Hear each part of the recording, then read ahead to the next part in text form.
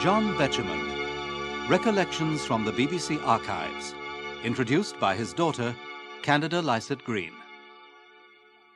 By the end of his life in 1984, my father, John Betjeman, had become widely celebrated as a poet and broadcaster. I've included in this selection from the BBC Archives what are, in fact, mere drops in the ocean of about 40 years of his work in radio and television. But they evoke a vivid picture of the times in which he was speaking and his response to those times. What stands out is his consistent and extraordinary vision and his prescience. For example, he loved and valued certain buildings, like St Pancras Station, decades before they were generally appreciated. And he recognised virtue in people and things where others just didn't. And over the years, I think he extended our idea of what is beautiful. The selected pieces are not arranged in any particular chronological order. Most of them feature J.B. as a writer and presenter, conveying his pleasure at seeing and discovering places and people. Once he had become established with the BBC and had gained an appreciative band of listeners, he used many of his radio broadcasts to put over how strongly he felt about the slow erosion of the fabric of England. For a mass of people who cared about such things, he became a champion and educator. His knowledge, he never seemed to forget anything, was fathomless. Ever looking ahead, with the grand vision of England in his eye, when politicians took a short-term view, he often foresaw disasters, like Dr. Beeching's axing of so much of our railway network. Threaded through all these broadcasts, there is an openness and a continuing sense of wonderment, and most of them illustrate a particular passion. Also included in this selection are programmes which involve other people finding out about my father. John Betjeman as the interviewee, as on Desert Island Discs in 1975. Do you consider yourself a gregarious man, ordinarily? Yes, not a party man, not much good when there's a large crowd. 2 or 3 people. Are you a Londoner, John? Yes, born here and lived here all my life. Betjeman, of course, is a Dutch name, isn't it? Dutch name, came over end of the 18th century, I think in the grocery, but possibly in the sugar. You've been particularly interested in church architecture since very early on. We know you're a religious man. Was it your religion which led you to the churches, or the churches which led you to your religion? Oh, the churches led me. Always moved by eye and ear, and I've always preferred them to anywhere else. And another very nice thing about church is you can be on your own. You were at school at Marlborough, not very happily. Yes. And then in Oxford, very happily. Yes, very. But you took no degree. No. Despite which you got your first job as a master at a prep school. Were you a good master? Not very. Couldn't keep order. The great art of being a schoolmaster is keeping order. And you have to show off. It's really a solo turn on the halls every morning early until lunchtime. Was to become a poet a conscious and definite ambition? Did you say to yourselves in so many words, I'm going to be a poet? Yes, as early as I can remember. I always preferred poetry to prose, and I still do. A number of odd jobs as a young man, one rather unlikely one in an insurance office. Yes, I was put on at Lloyd's with a firm called Sedgwick Collins. I had no idea what I was doing, went about and got things signed at desks, and was kept waiting by different sadists. Then you had a job on the Architectural Review. Now, that must have been up your street, surely. It was marvellous, and that was done like everything was done in those days, through friends. Mm-hmm. Why did you leave it? Not enough money. Got married, had to make enough to keep things going. Yes. And you became a film critic. Yes, that was to get more money. On the Evening Standard. Film critic wasn't possibly the right description. It was writing about the films in a congratulatory way so as to keep the advertisements in, as film advertisements were then very important. Yes. And then came the war, the Ministry of Information, and something rather secret at the Admiralty. Yes. Not very secret at the Admiralty, but rather more secret as a result of the Ministry of Information. Well, you always got the fleet to the right place at the right time, as far as you know. Yes. Well, no, I didn't know what I was doing there either, any more than I did at Lloyd's. And since the war, you've lived a freelance life. Books, broadcasting, journalism. Let's take books first. Books on architecture and the countryside. You have a remarkable knowledge of Britain, haven't you? I don't know, but I've always enjoyed my own country more than any other, because I can speak the language and I know what sort of people live in what sort of houses. Yes.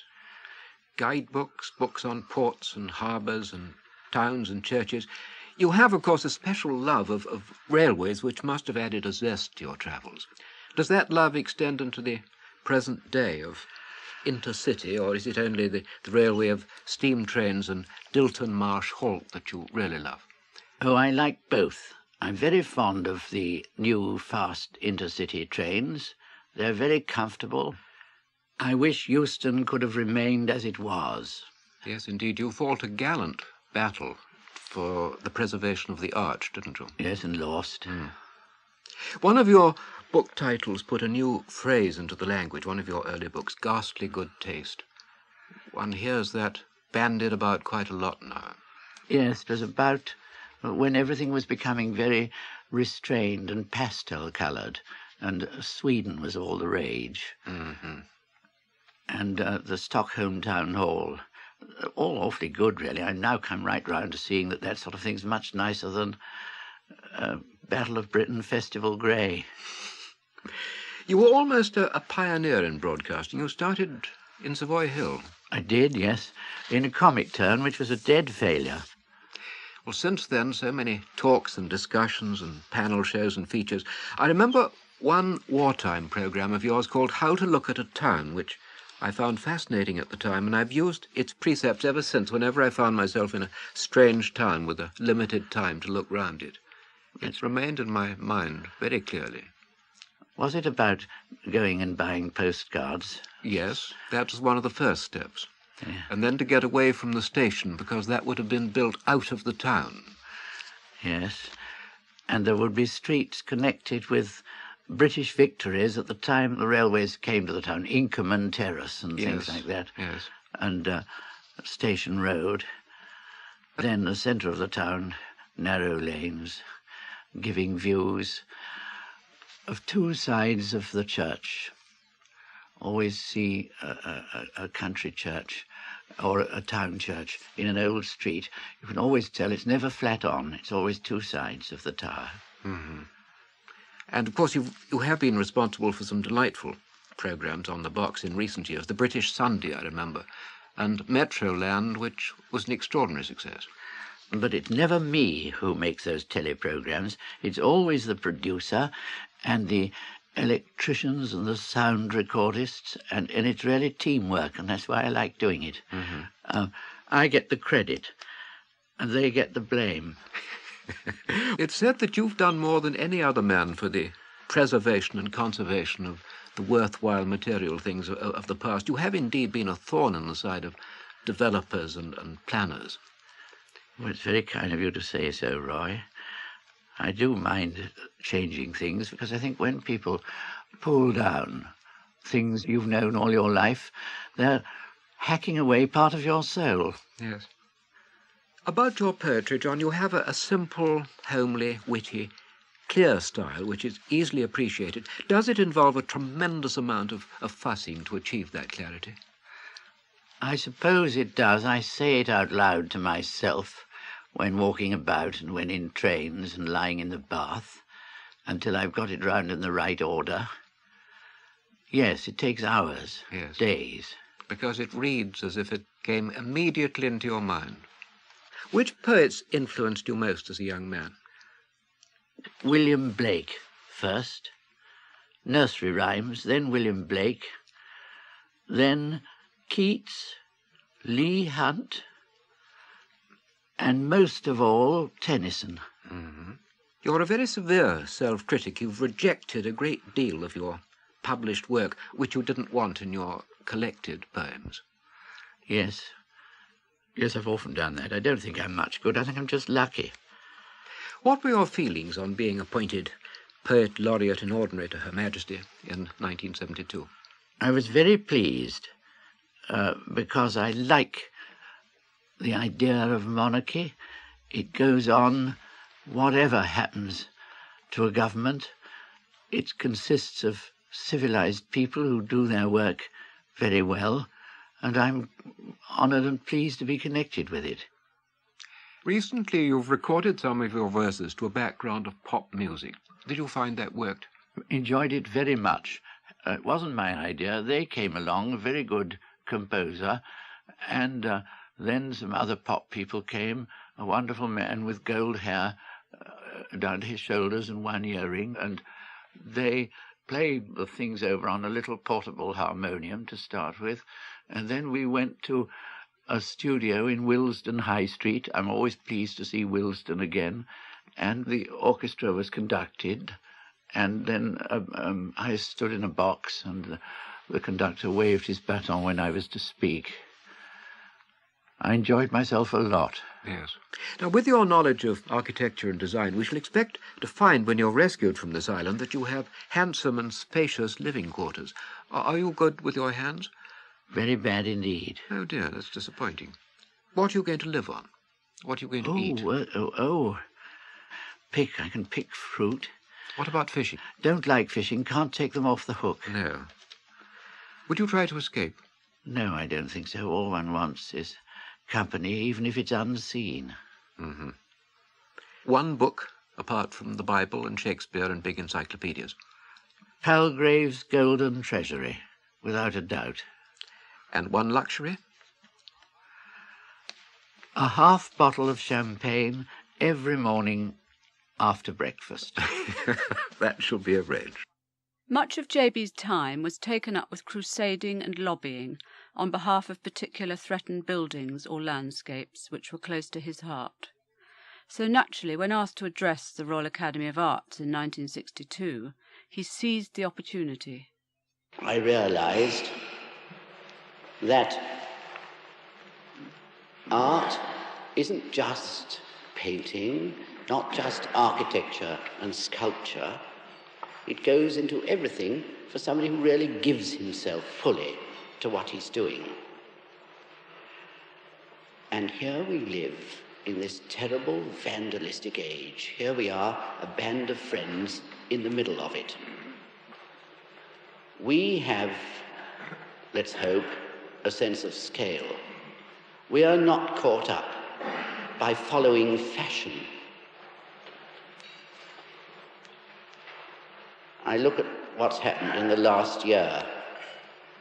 The Minister, the Lord President of Council and Minister of Science mentioned the Euston Great Arch. Yes, that's one of the things that we've got on the debit side. We lost that. Dr. Beeching got a jolly good price for the site, or I expect he has, and I wonder what he's a doctor of, not a doctor of heart. And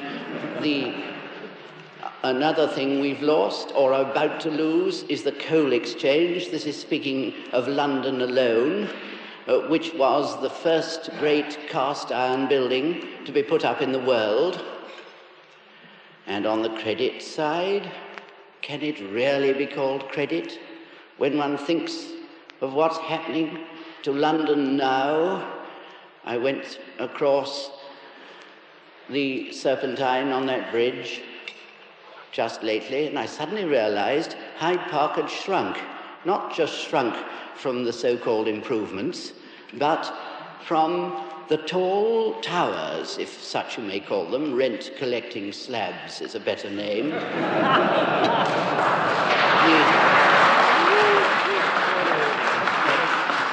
The tall towers or slabs that were rising round the park, so that no longer, wherever you are in the park, can you get any sense of the country, which there used to be in that tract of green in the middle of London. The placing of high buildings is, of course, one of the things we've forgotten about.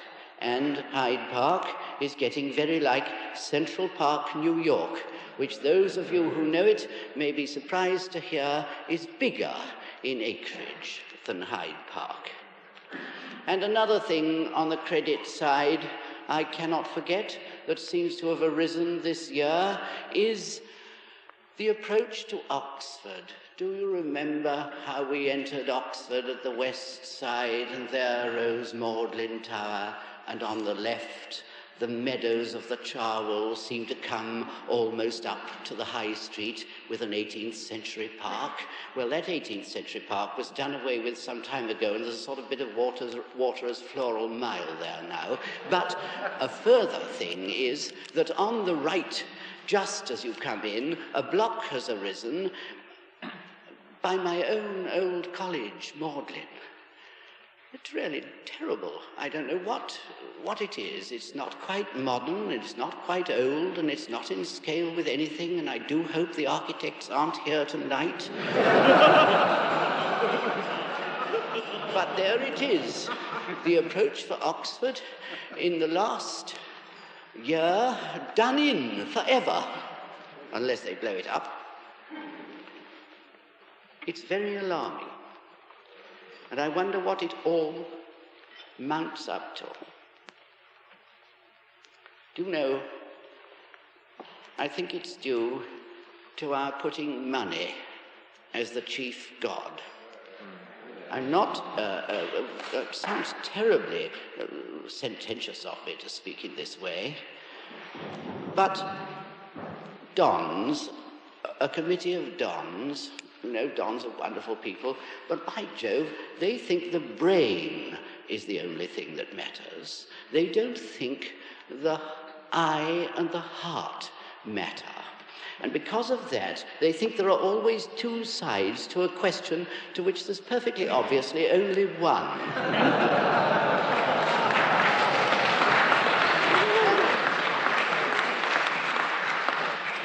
As a result of that, one gets things put up that are theoretically all right.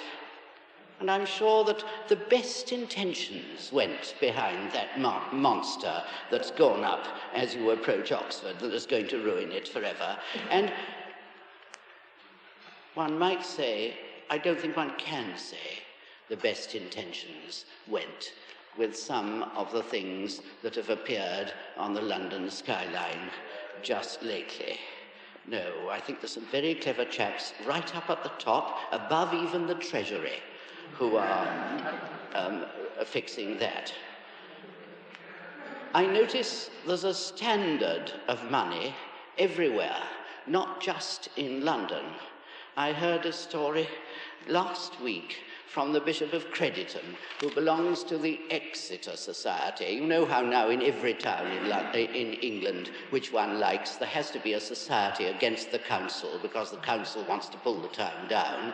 You know how that's happened everywhere. Well, naturally, there's an Exeter Society, and the Exeter Society has protested against the demolition of almost more than the Germans managed to get rid of in Exeter in the war. That is to say, to make a big car park where the higher market in Exeter is. A beautiful building by Fowler, the kind of thing that's rather like the Euston Great Arch, I'm afraid, but a real masterpiece, which of course is coming down to make a car park and cafeteria. And the Bishop of Crediton said to a prominent citizen of Exeter, I won't mention his name, not that I know it, but naturally he was on the council, he said, well, I'm sure we could fix up that the cathedral could be taken down via the ecclesiastical commissioners, and it would make a very good car park.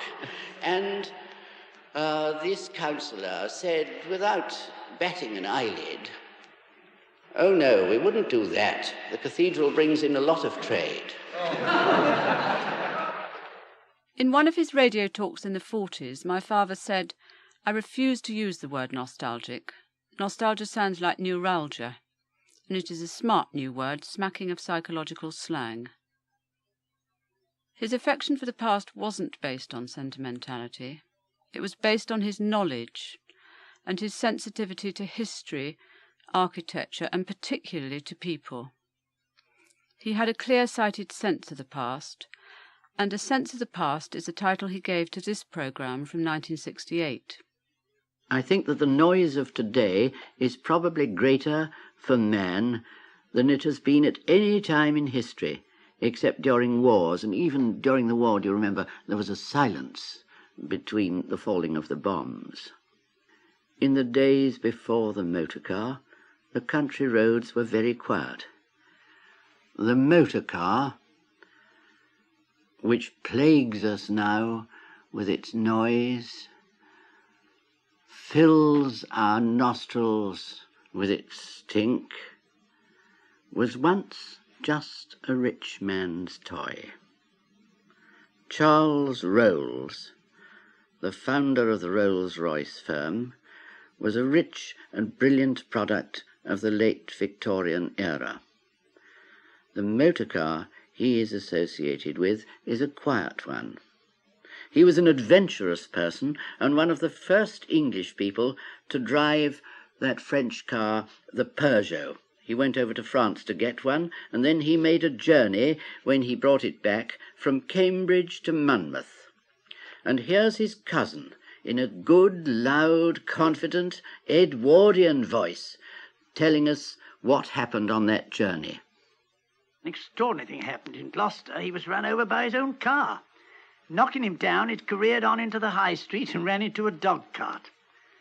The journey took 2 days and 11 hours to Monmouth. He arrived home covered with a white layer of frost. He told me once, summarizing his adventures, that he had once pushed a car 3 miles in dress clothes, was towed out of a bog, walked 12 miles for petrol, twice had a wheel off, crashed into a tree at 70 miles per hour, split his head open with a starting handle, ran away 3 times downhill, upset an apple cart in the Strand, and twice had his car burned up. There was a settled order of things. There were the aristocrats, the tradesmen, and between the aristocrats and the tradesmen, the professional classes, which were clergymen and solicitors, doctors, or clergymen, doctors, solicitors, according to how you looked at the hierarchy. And then there were the middlemen, that's to say, the manufacturer top, next the retailer, and last the small shopkeeper. And then there were the people generally classed working class, that's to say, people who used their hands. And it was such a settled order of things that people didn't question it. Today we have to pretend everybody is equal. But people who lived in large houses in those days regarded the whole arrangement as very happy. And so, to a large extent, it was. I mean, listen to Lady Dorothy Fraser. She's now dead, but she was 90 when she said this. Nobody would understand the sort of life that one led in those days. Now, I know there were 36 servants in the house, and, well, I really don't know how many grooms and gardeners. I do know there were 7 or 8 gardeners and a great many women. You know, I live in these days with much less service than the head gardener at Croom used to live in his house in those days. He always had domestic servants and had the whole of the range of the garden to himself and this, that, and the other. They lived just like I do in the present time. In fact, better. Then we had a very gay time. The servants all had very gay times, and they never left. There they were. They were as happy as kings. It was a very, very happy life. You may not have thought all was so right with the world if you were a valet in those days. That's to say, a gentleman's gentleman in a country house. You dressed your gentleman? And when I say dressed, I mean actually dressed him. You cleaned all his accoutrements, everything, his boots. And in those days, you know, there was no polish. It was all done by a deer's bone, boning, and just the ordinary black lead polish and you had to get a brilliant shine. I remember one old gentleman saying to me very proudly taking these jack boots in, "How do you like these?" "Well, those will do. That and better." He never got much praise. And just as you could tell where people came from by their accents, so you could much more easily tell what they did by their dress. Keepers, gamekeepers, had a uniform. Here's a Worcestershire keeper. First, we had 2 suits before the 14-18 war. One for pheasant shooting, that was white breeches, brown leggings, and velvet jacket and waistcoat, and hard hat. And for party shooting, we had a tweed suit, breeches and boxcloth leggings, and a tweed hat. And you had the beer in leather jacks in the servants' hall. They were hung all round, anything from about 2 gallons down to a quart. Good beer, home brewed. The steward, he supervised it. And each child, when they were born, there was 1,000 gallons brewed the day the child was born. And that wasn't used till the child became 21 years of age. And that was all in the country silence, mostly outside in the park and in the fields. But inside country houses, you lived a very comfortable, quiet, sheltered life. Here's Vita Sackville West, the poet, describing her life at Knowle, when she was a child, Knowle in Kent. They had family phrases. They had the phrase "through leaves," meaning something very nice to do. It derived from the pleasant feeling of walking through leaves which had fallen to the ground in autumn when one was a child, through leaves. It's very through leaves to run a stick along iron railings. You know the sort of tockle, tockle, tockle sound that it makes. Or to crunch a thin film of ice when you tread on cart ruts or on puddles. And then there's the satisfaction of opening or shutting a drawer that runs easily. You find this sometimes in beautifully made old furniture. And in modern furniture, you find it in the most through leaves form of all. The drawers of a steel filing cabinet, which run on ball bearings. How readily and how silkily they slide in and out. And in this connection, I might allude to the through-leaveness, or through-leavery, if you prefer that word, of pulling window curtains that run easily on their rods. You give one quick twitch, and the thing is done.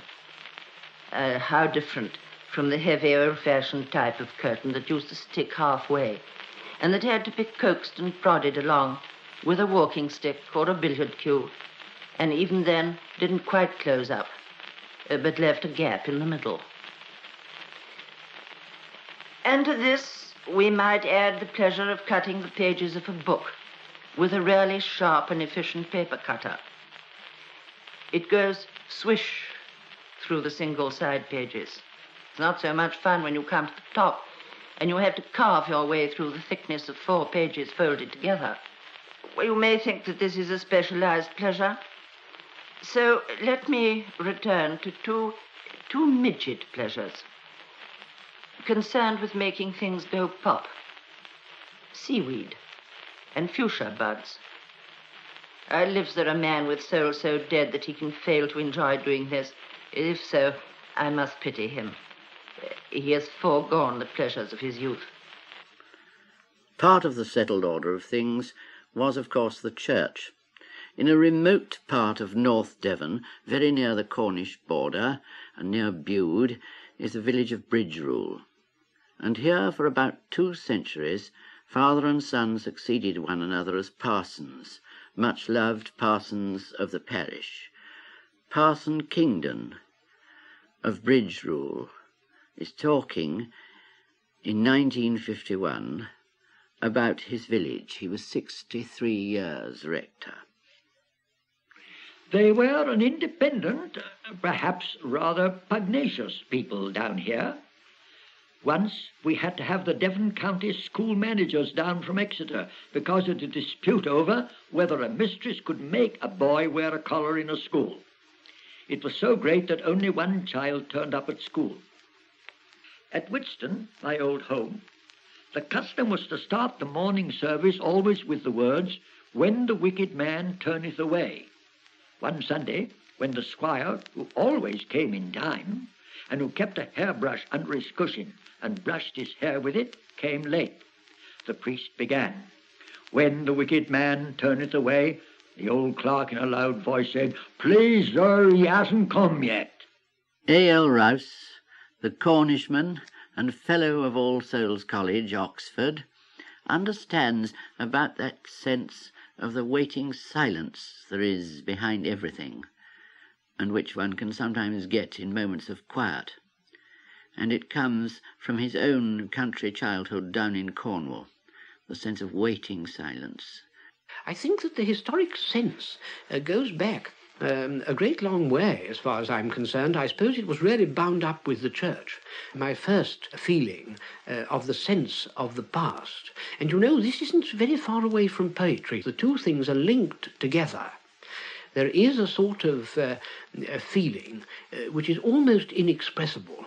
You know, it's that feeling that happens, you may be in some little country church, and it is as if time stands still for you. You hear the wind, it may be, rustling in the gables, or there's the ivy scratching at a window pane, and you suddenly have the sort of feeling as if life is timeless, you know.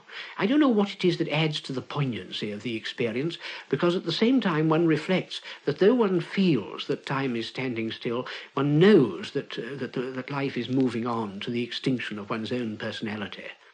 Well, now, that kind of feeling is very much the same feeling as that from which poetry springs, don't you think? We've gone back in time to recollections and the voices of people, many of whom are now dead. There is behind it all a kind of cheerful melancholy.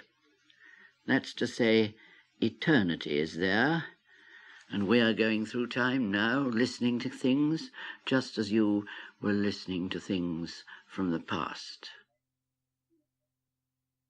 Many people saw J.B. as a diffident, rather shy man, but, as this extract from a studio discussion in 1953 testifies, where causes dear to his heart were concerned, he could be strikingly assertive. On this question of closing branch lines, many of them, of course, were built under conditions which are quite unsuitable for traffic today. What do you mean? Well, they were built a fair way away from the villages and towns which they served, either for engineering reasons or because they couldn't get possession of the land and so forth. But supposing for a moment you were running a shop, would you be compelled to carry on a particular line of saucepans at 2 and 11 just because they were quaint? Of course you wouldn't. If they were beautifully designed, I'd sell them and get the Victoria and Albert to subsidise me. And that's what should be done. Certain railways should be given to the National Trust. They're as much a part of the beauty of England as Compton Wynyates or something. The railways are under an obligation to pay their way, and if people won't support these quaint branch lines... Oh, it's beauty is what matters. Civilization is beauty. It's created architecture. It's the engineering of man. We'll only be remembered by our monuments, not by our blasted efforts to save money. Which reminds me of something I'm jolly well going to say in case nobody else says it. And that is that the railways were all built with an idea that they made the landscape beautiful. Always. Grand viaducts, terrific termini, beautiful stations like Newcastle Station by Dobson, our own St Pancras here, which is an adornment to the skyline of London, Euston with its splendid Doric, King's Cross with its simple classic style, and again when you get to stations in the country like Shrewsbury in a castle style, and then lots of stations like little country houses that are set down in country districts looking like rectories or small squires' houses beside double or single lines. How beautiful they are. What I want to see is a revival of the habits of the Great Eastern, who at one time had several engines which they painted canary yellow, and several of their tank engines were ivory cream. Very right, too. On the old North Eastern, before the early 80s, the drivers were encouraged to decorate their engines according to their own whim. They'd put a brass collar on the chimney. They'd put stars on the smoke box door. I know there's still in existence a magnificent pair of stags, both eating the bark off the same birch tree. That went on the front of the chimney of an old goods engine. And they also put transfer pictures on the sandboxes. Well, I think our time's about finished, and I'm only going to conclude with some remarks on my own. And that was that I came up to London today, I'm ashamed to say, for the first time for years by motor car, and a very horrible experience it was. I should think so. Coming from the west, going through the most hideous scenery imaginable. When I got to Reading, my wife and children who were in the car very wisely got out and took the train the rest of the way and left me to drive the car into London, and a ghastly experience it was. Competition, I couldn't concentrate, I couldn't think. Of course, railways are the only decent way to travel, and soon everyone will be travelling on them again and regretting the fact that so many branch lines have been shut. School days weren't the happiest days of my father's life, as he revealed in a series called People Today in 1959. I didn't very much like Marlborough. What happened to you particularly at Marlborough that you hated? In those days there was an enormous place, for instance, called Upper School. It was a barn about the size of, it held about 150 to 200 boys, all of us between the ages of about 15 and 17, the junior boys of the senior houses. And it was run by 4 captains who were chosen simply because they were good at games and honourable and decent public school types, which I never was. And they could choose 3 friends each. That made 16 of them. And those 16 boys were called Big Fire, and they absolutely ruled Upper School, and they sat at one fire at one end, and the other end, where all the rest of us sat, was called Little Fire, and there were desks down the middle. And there we used to do our prep and make model aeroplanes and do all the things that boys do, and cooking went on outside, and it looked like something out of Tom Brown's School Days, the most terrifying place. And there, before prep, the boys who were captains used to come in and beat on the desks with their canes, and all sorts of things you could do which involved you in being beaten afterwards.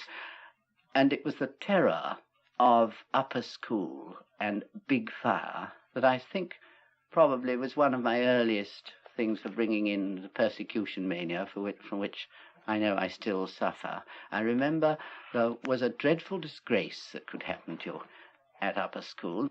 There was at Big Fire a sort of general consensus of opinion that occurred perhaps once a term, that one boy needed taking down a peg, possibly wore coloured socks too soon, or smarmed his hair when he shouldn't have done, or was suspected of immorality or theft or something. One didn't know what it was, but anyhow, he was considered not okay.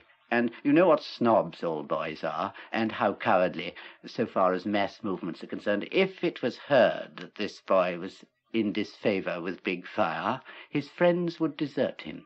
And then the most dreadful thing that could happen to anyone at Marlborough in those days happened to him. He was what's called put in the basket. You used to hear, so-and-so is going to be put in the basket tonight. Everyone rushed across, and there was this unfortunate boy sitting at his desk in this great echoing Upper School, waiting and pretending to read the autocar or something, and as though he didn't care. And then Big Fire would come in at about 10 minutes before prep, and they'd surround him and take off all his clothes except his shirt, and put him in one of those huge wastepaper baskets we used to use for apple cores and everything, and pour ink and treacle over him, and then string that basket up on the beams of Upper School. And I remember everybody waited in absolute silence, and you just heard the creaking of the basket, and you could just see his eyes through the slats of the basket. And then, just before prep was due to begin, the basket was lowered, and this poor creature would get out, carrying his clothes over his arm and pointed shoes and covered over with treacle and ink, and everyone stamped left, right, as he went out of Upper School. And really, after that, he went out of our lives, because I don't think they ever survived another term. boys who'd been through that disgrace, and it was considered, oh, good rough justice by the boys, for the boys. Looking back on that, what good do you think that kind of permitted torment does to boys at school? Tell you one or two things. Whether it's good or not, I don't know. It tells you to put up with the most terrible bores so as not to offend them. It tells you how to get round people. And it, I don't think it does. I suppose it teaches you, it's not good, it teaches you a certain amount of mental dishonesty. And by the way, there's one thing I'd like to say about Marlborough. It sounds as though Marlborough now is that gloomy place it was when I was there. It isn't, because I've been there since, and upper school has been pulled down, and all that sort of thing has been done away with, of communal justice. Then after you went on to university, didn't you? Ah, yes, that was release. That was terrific, and of course I went too far. I remember Dr. Norwood, who was headmaster at Marlborough, saying to me before I left, "Betjeman, Oxford is a very delightful place. I only hope you won't find it too delightful." And of course I did. I went, drank, smoked, never attended any lectures, and of course was sent down. You studied under C.S. Lewis, didn't you? Yes, well, studied under him would be quite wrong. I avoided as many tutorials as I could, and I cannot say that we got on very well. But why were you sent down? Through not passing Holy Scripture, which was then a compulsory exam, and considering I'm a religious maniac, it's very curious that I shouldn't have passed Holy Scripture, but I didn't work very hard for it, because parties and things really kept one going at Oxford. That's the point of Oxford, of course, parties and things, not this awful examination system. What about the student rags? Did you take part in them? Oh, no, no. You see, Oxford in those days was divided into two sections, aesthetes and hearties. Hearties good at games, club ties, blazers, pipes. Aesthetes, shantung silk ties, long hair, incense. And I was in that group. And so that any sort of rag I might have taken part in would be in protest against the hearties. No, I didn't. Did the hearties ever try and make you take part in their sports? No, they didn't. I never found out the whole time I was at Magdalen. I still don't know where the playing fields are of the college. I mean, there must be somewhere. J.B. was inspired by the people, buildings and landscapes of Ireland, Europe and Australia. But it was above all this island where he felt at home. So much of the prose he wrote and broadcast complements his poetry in its celebration of so many aspects of Britain, including his beloved Cornwall, here evoked in a broadcast from 1969. It's amazing to me how sounds from the past can bring back what places are like. In the BBC Library of Sound, there are, of course, all the usual kind of things you'd expect to find records of: state funerals, coronations, great occasions. Luckily, there are also records of half-forgotten speeches and events, and to look through them, or rather to listen through them, is like going through an old photograph album. Like most Londoners, I went as a child to the seaside, and my early memories of the sea are of North Cornwall, where they still had oil lights and the steam railway, the London and South Western, which used to bring us down to Wade Bridge. There were then 2 horse breaks, which took us out to Trebetherick, where I used to stay with my parents. One of the joys of going down to the seaside was the sense of London being a long way off, and that you really were in the country at last. Then, after a week or 2, the postman became more and more important, and you wondered what was happening in London. Now listen. Now you take our village, for an instance. Although it's a small village, you'd be surprised the overseas mail we get, because there's more Mosul people in the United States, that's where their offspring's mind, than there are in Mosul. And much the same as South Africa, and New Zealand, and Australia. Now, I don't know how, but it's a funny thing, Cornish people like to travel. either on the sea or mining. And I don't care who'd hear me, but what I'm telling you is true. It don't matter what part of the world you go, with a hole in him, you'll find a Cornishman. And do you remember, I'm afraid I certainly can, and most people will who are over 60, that sense of being slightly superior because one had come from London. I mean, it was as though one owned a rather more expensive car than one's neighbours. And then the country seemed very remote. And those village dances we used to have down in Cornwall. Of course, I pretended to look down on them and smiled with rather a superior smile, but I suppose they were the most exciting moments of my life. Can you remember the sound of the band in the village hall? And then one wondering whether one was going to be able to dance with that lovely girl in the Liberty silk dress with the freckled legs. And you remember the French chalk on the floor and trying to make the boards a little bit slippery, a little bit more slippery than they were. Well, if you have still the use of your limbs and are listening to this, and if the carpet isn't too thick, surely when you hear these strains you'll want to get up and dance round.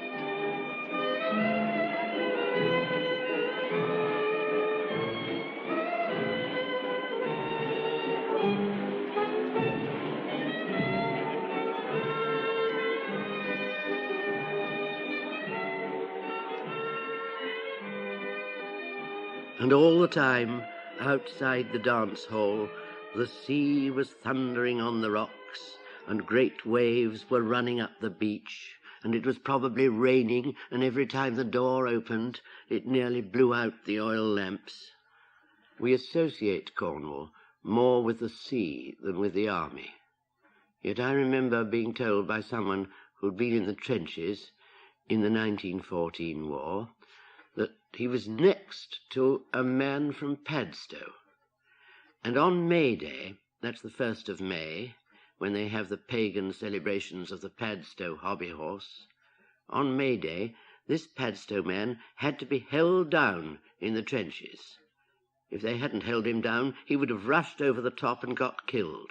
His whole body quivered with the desire to join in the celebrations that were going on in the dark streets of his native town in Padstow at midnight. I never went to those celebrations myself as a child. That was largely, I suppose, because one wasn't allowed to stay up so late at night, and also because it wasn't proper summer holiday time, May Day. Most people were at school. So it wasn't until the 1930s that I went there, and on behalf of the Bristol BBC. That was in the great days under Francis Worsley and Douglas Clevedon, when sound was in its heyday, and people, and I think it's coming back into its heyday, don't you? Well, you must imagine the narrow streets of Padstow, in this time on the estuary of the River Camel, and a starlit May night, and a sense of expectancy everywhere. You could just discern down the streets that over the doors of the houses there were green boughs. The whole town was waiting, and the hobby horse, they used to call it, was about to appear.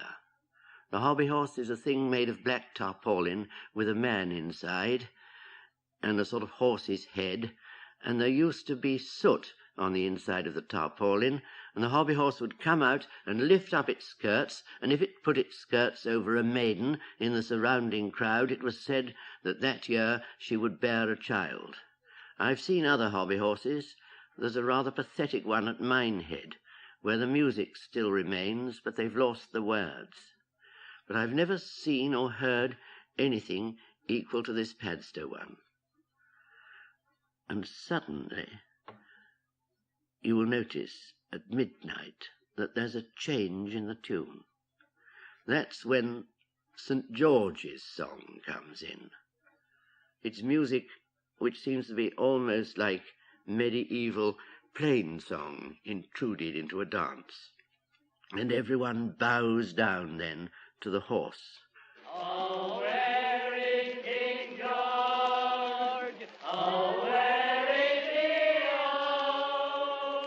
He's down in his long robe, forlornly calls Leo. Up flies the kite, down falls the lark, and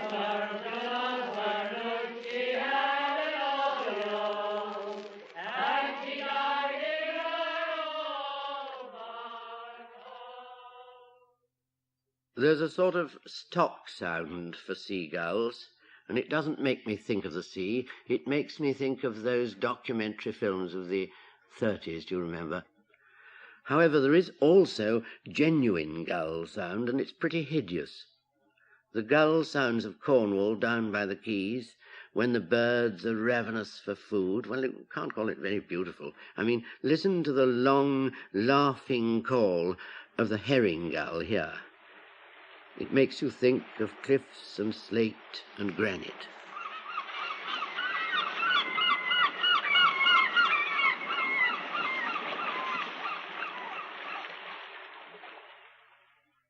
When talking about what on the face of it might be quite an ordinary place, J.B. could add another dimension and a mystery. He particularly enjoyed bringing places and buildings from comparative obscurity and shining a spotlight on them. For instance, St. Mark's Church, Swindon, about which J.B. enthuses in this recording from 1949. The train draws into the outskirts of a big town. There they are, pricking the skyline above suburban chimney pots, the spires and towers of Victorian churches, clean-looking in seaside towns, smoke-blackened in industrial ones. Sometimes no spire or tower at all, but a red brick affair with a huge roof, built in the 80s, bombed in the 40s. Tinkle, tinkle in the early morning, the little bellcut at the west end calls the faithful few to a weekday service to the dark and half-repaired interior of a chapel of ease.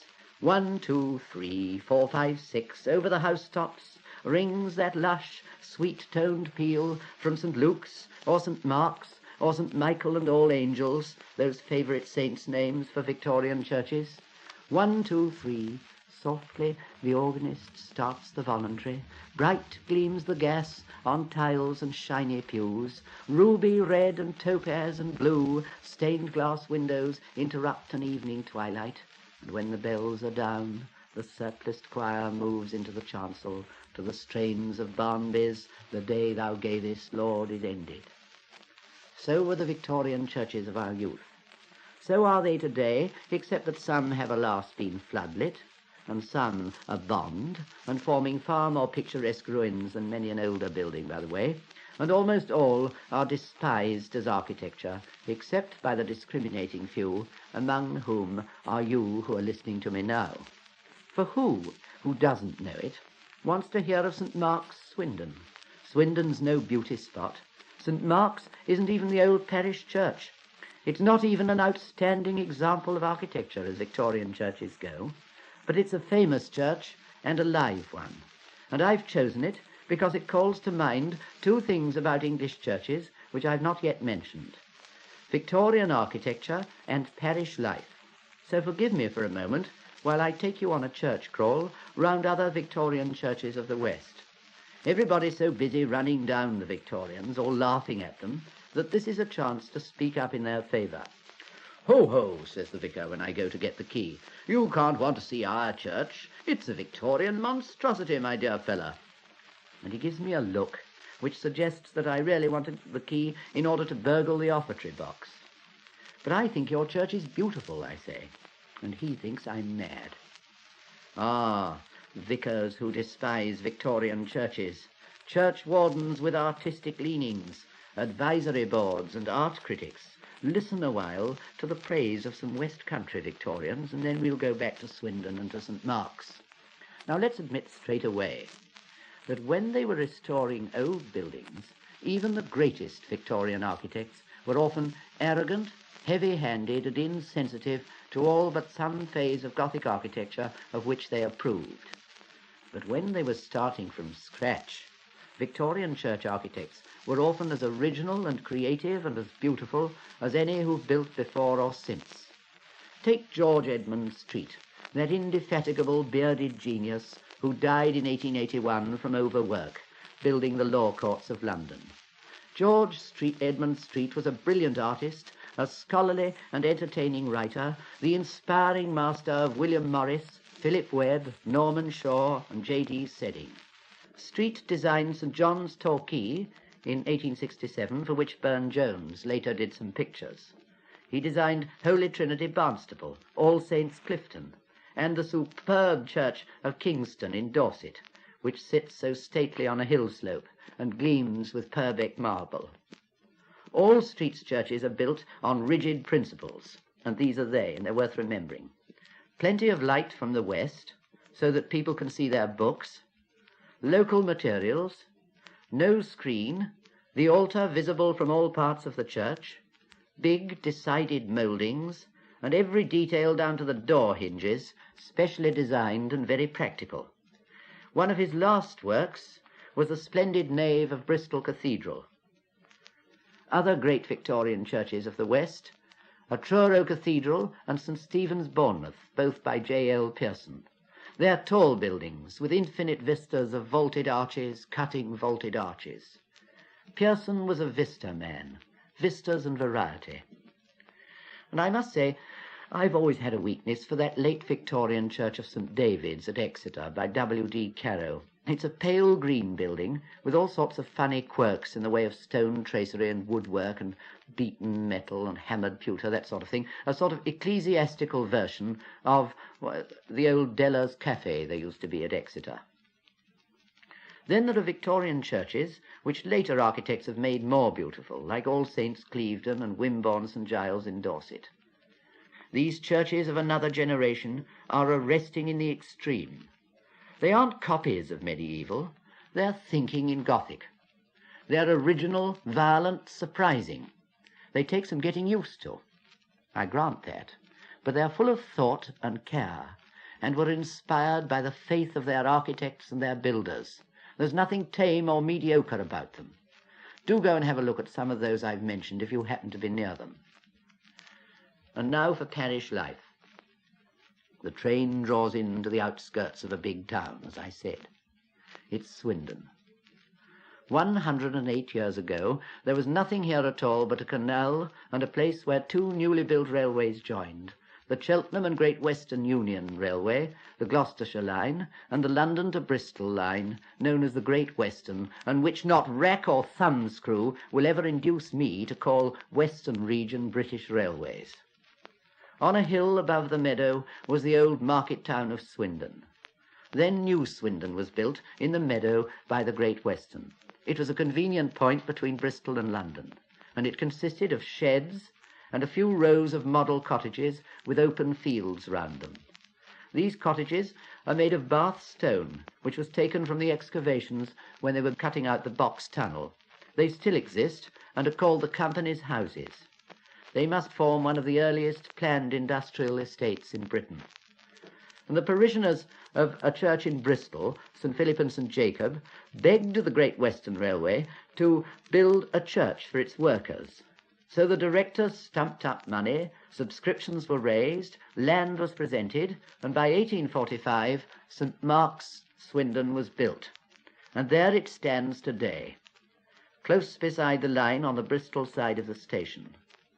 A stone building, all spikes and prickles outside, designed by Gilbert Scott, who was then a young man and who lived to build hundreds of rather dull copybook churches all over Britain, and to build St. Pancras Hotel and the Foreign Office in London, and to restore many cathedrals. I've said restore in inverted commas. I hope you can hear them.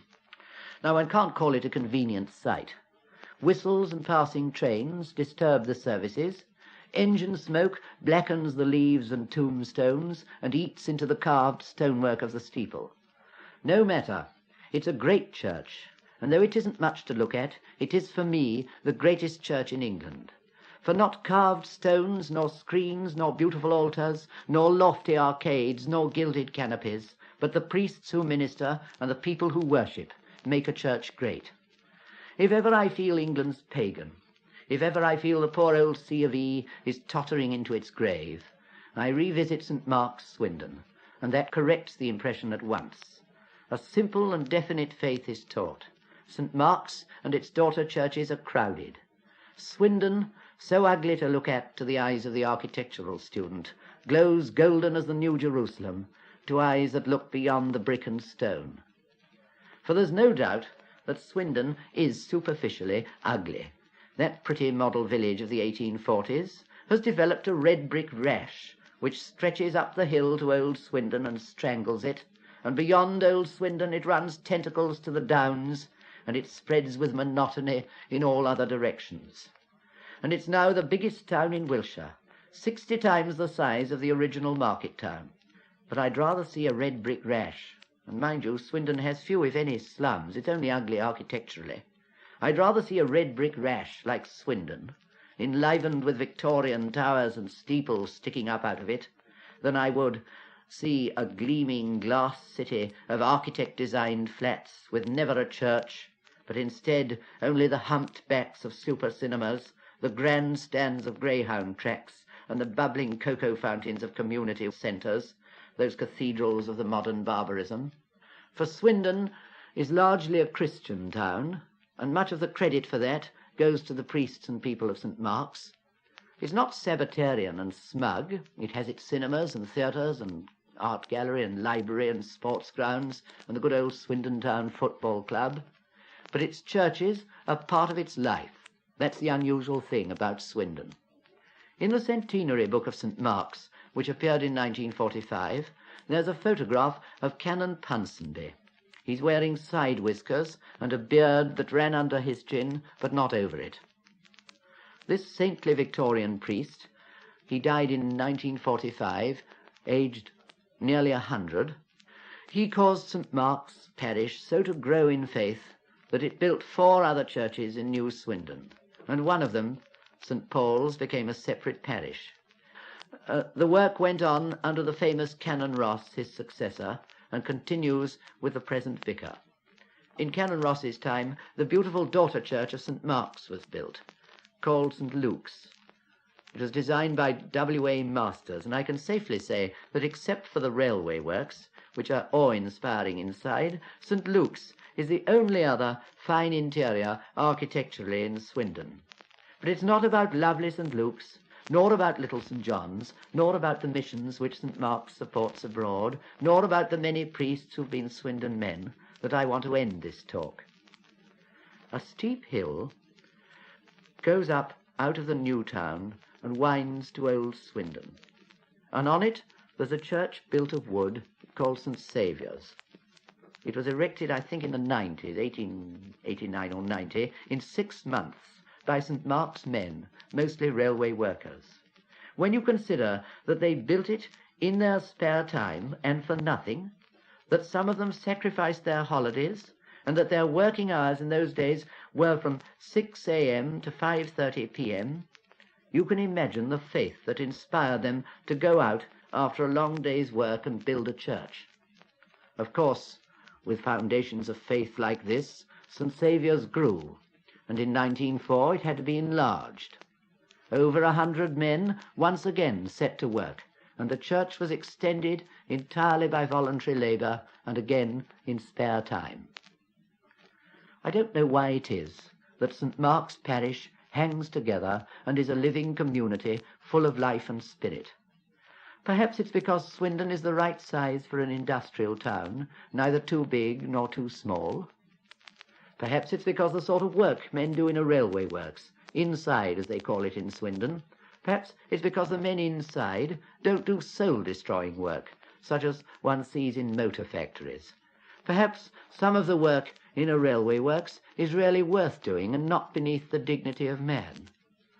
But whatever it is, I know that the people of Swindon first taught me not to be so precious and architectural, not to judge people by the houses they live in, nor churches only by their architecture. I'd sooner be on my knees within the wooden walls of St. Saviour's than leaning elegantly forward in a cushioned pew in an Oxford College chapel.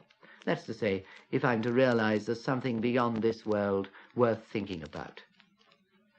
The church crawler starts by liking old churches, but he ends by liking all churches. And of all churches, those that are most alive are often those hard-looking buildings founded by Victorian piety. Churches like St. Mark's, Swindon. I've never had such good questions asked me in my life, says John B. towards the end of this next piece.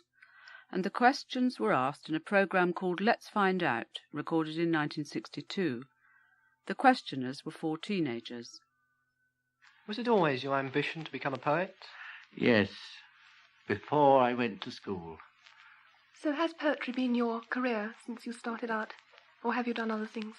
Oh, lots of other things. You could never make your living by writing poetry. I mean, I've struck lucky at the moment, and who knows how long that'll last. I guess I've been a schoolmaster and a journalist most of my life. Any old thing, you know. Unfortunately, a little too closely allied to what one would really want to do, which is write poetry, if one had the time. But then I don't think you can sit in a vacuum and write poetry. Which of your careers did you enjoy best? Oh, being a schoolmaster. Never laughed so much in my life. Couldn't keep order. Do you think you made a good schoolmaster? Shouldn't think so, no. What did you teach?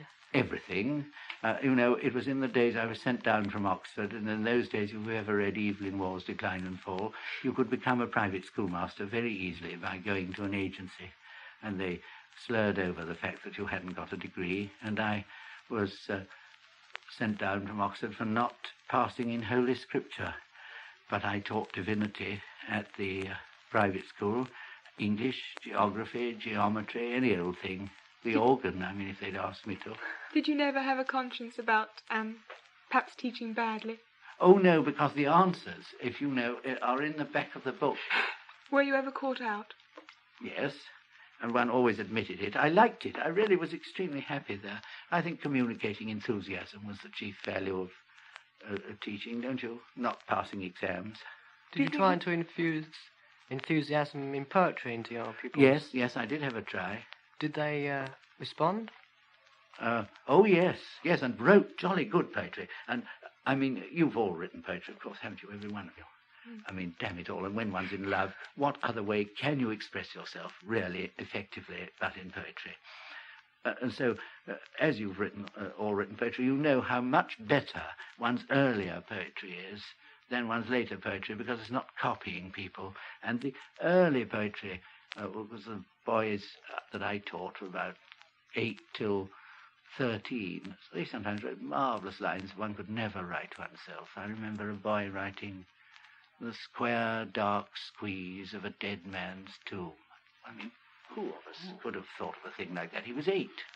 Did you have much difficulty getting your early poetry published? Yes. Friends, you know. Well, in those days, one could have friends who'd cough up a bit, and I had a friend who published my poetry. I had a lot of it rejected. Was it well received? No, not at first. This monstrous highbrow and things like that. Well, the few reviews I got, mostly none at all.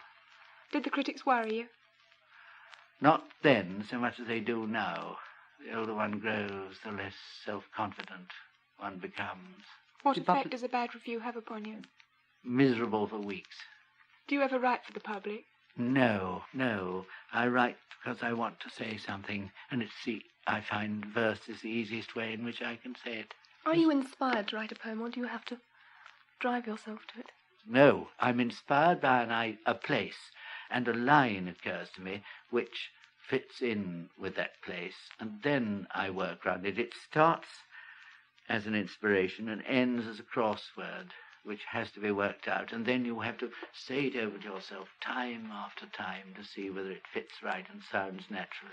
And then I put the thing away, and then one has to make one's living in between, and then one takes the thing out of one's pocket and works on it again, saying the stuff out loud, preferably not in company, as people think you're mad, and until I've got it round right. It takes months. Do you think that poetry and poets are as much respected today as they were, say, 100 years ago?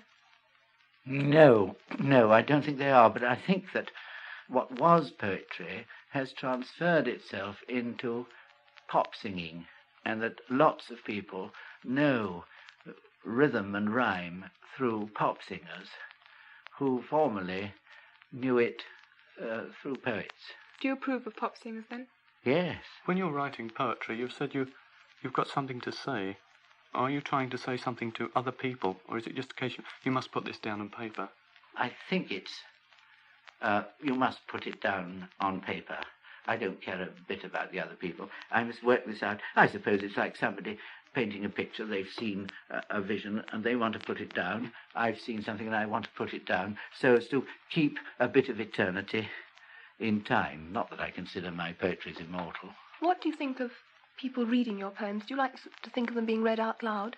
I don't mind a bit. Yes, I'd like that. They're meant to be read out loud. Do you read it aloud to yourself any time to amuse yourself? Oh, never. Once the thing's printed and finished, I'm bored with it and moving on to the next one. You never look at it again? No, and I'm not really interested in keeping my books of poetry, and I get a sort of, honestly, I'm not joking, a kind of shudder when I see my verse lying about. Why is that? Because once you've done something, you realize its imperfections. Your poetry is often very amusing. Do you write it with that idea in mind? Oh, sometimes. Oh, Lord, yes. And a lot of it is satirical. Would you say that you're a satirical sort of person? Only satirical in the sense that I hate people who are inhuman and brain boxes, who would turn us into numbers and would have us all classified and live a sort of life which just had a pension at the end. Your poetry is also a little sombre, I think, sometimes. Now, are you a sombre person yourself? I think very melancholy, au fond, yes. I mean, have you got a thing about death, for instance? Oh, yes, that alarms me. Does it bother you, passing out into eternity? Do you think you'll become extinct, or do you think there's personal survival? And if there is, will you see the people you loved again? All those things I think are much more important than atom bombs or anything else. What do you personally believe in? Well, I have a great struggle, you know. I don't find it easy to believe anything. But if it isn't true that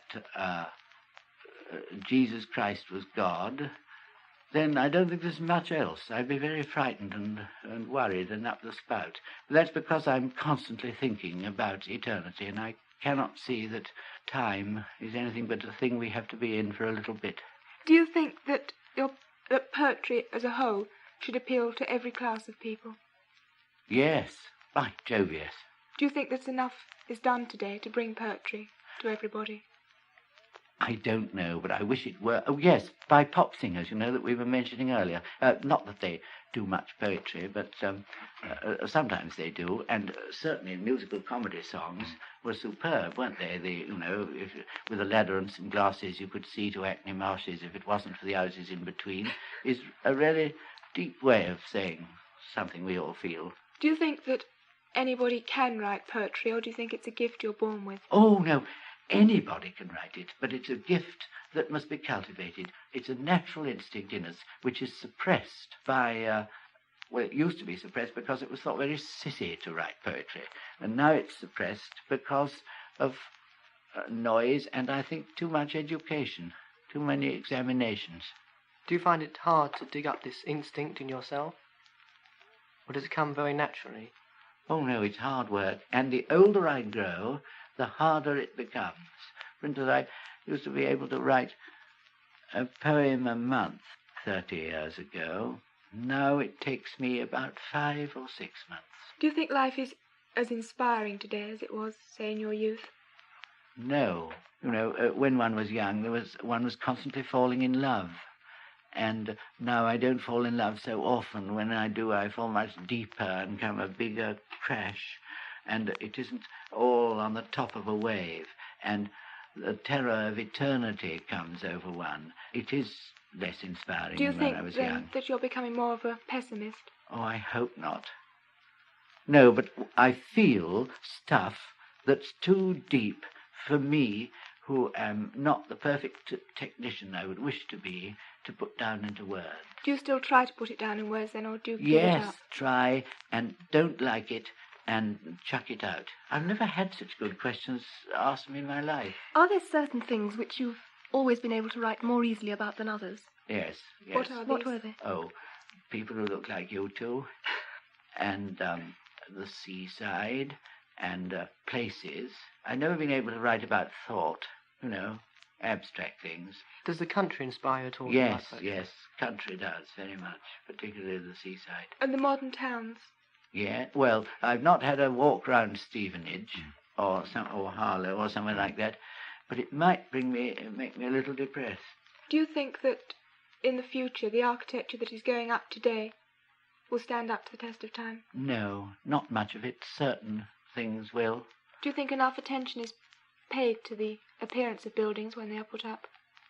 No, I think chief thought behind most buildings is how much money the landlord or the promoter of the company that put up the building is going to get, and he just gets away with it with some flashy, rather cheap sham mosaics that'll get very dirty in a few years. Do you think London will soon lose its character then? Yes, it's losing it, isn't it, fast? It was a collection of villages. It's becoming a sham New York, and not a really good one.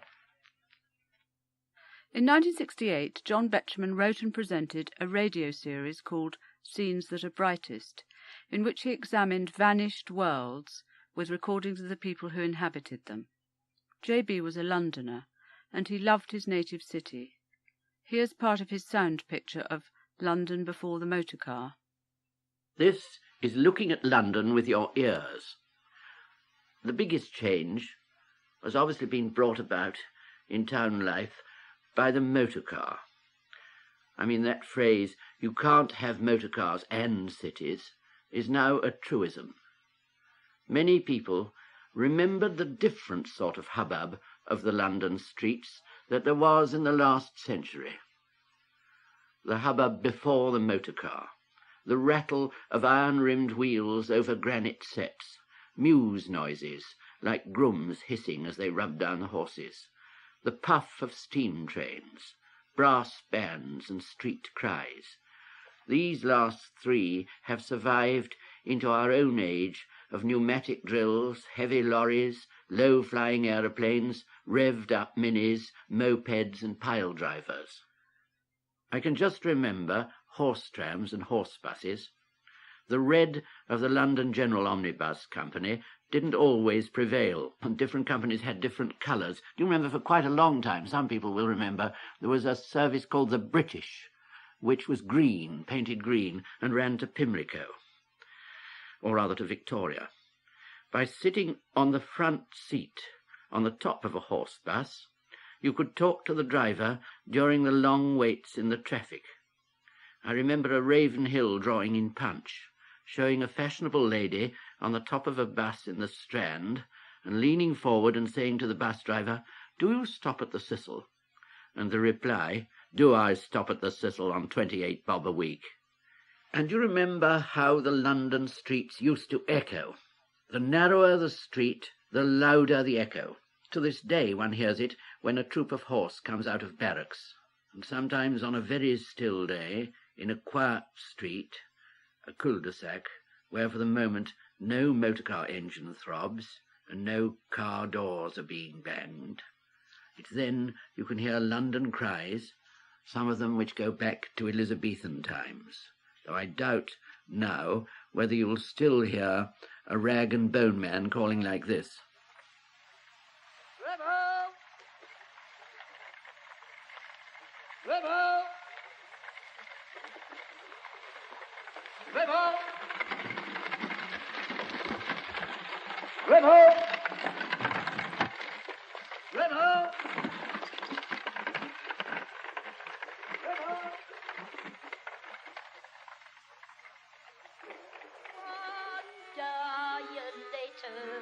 And you remember the street singing?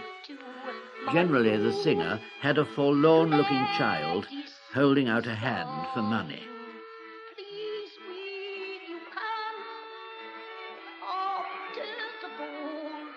over, after the break of morn, after the dancers are leaving, after the stars are born, many the heart is aching. If you could read them all, many the hopes are shattered after the fall. A sound that always brings back the street noises of London before the motor age is the changing of the guard at Buckingham Palace, and you can hear it today just the same.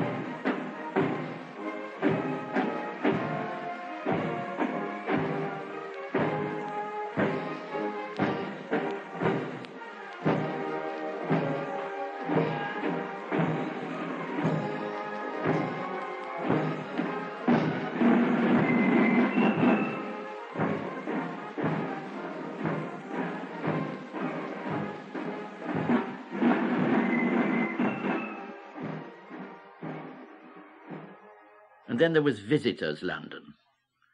That sound of the guard changing always makes me think of visitors coming to London and taking photographs of what they can perfectly well buy as postcards round the corner. Country cousins used to come up, and still do, to see the Tower, and they listened respectfully to the Beefeaters, and anything they had to say was regarded as gospel truth, but not quite, because you'll notice at the end of this talk of the Beefeaters, which you're going to hear in a minute, somebody has questioned one of the statements, just as today on the wireless or on television people like to write in and question the statements of the performers. All around here, this is known as Tower Green. I told you we see three more ravens. There they are, all on the bottom of the green. Cora and Corex, Gun, Garvey, Charlie and Cronk. That's the official names of the birds. Cora, Corex, Gun, Garvey, Charlie and Cronk. The official names. They're a very destructive bird. They're a carrion bird, as you know. They're always putting up the grass and one thing and another there, the turf. The gardeners have got other names for these birds, but I won't go into that. What's the idea of them being here? There is something for it. I haven't started the story yet. We have 6 ravens. That's the full establishment authorised. People are less credulous now than they used to be. I think less credulous of those herbalists. Marvellous people they were. I remember one at a stall in Queen's Crescent, Gospel Oak, proclaiming the powers of a herbal pill for worms. And he then produced a huge jam jar with 2 of these pale white things wriggling about in it. These stall keepers had a splendid flow of oratory, and they often called themselves professors, like conjurers used to do. Here is a herbalist in Petticoat Lane. I give you here, see, the oldest root known to mankind, mentioned in the first chapter of the Holy Scriptures. I give you the mandrake for your blood. I also give you the old-fashioned senna, still today the world's supreme remedy for constipation.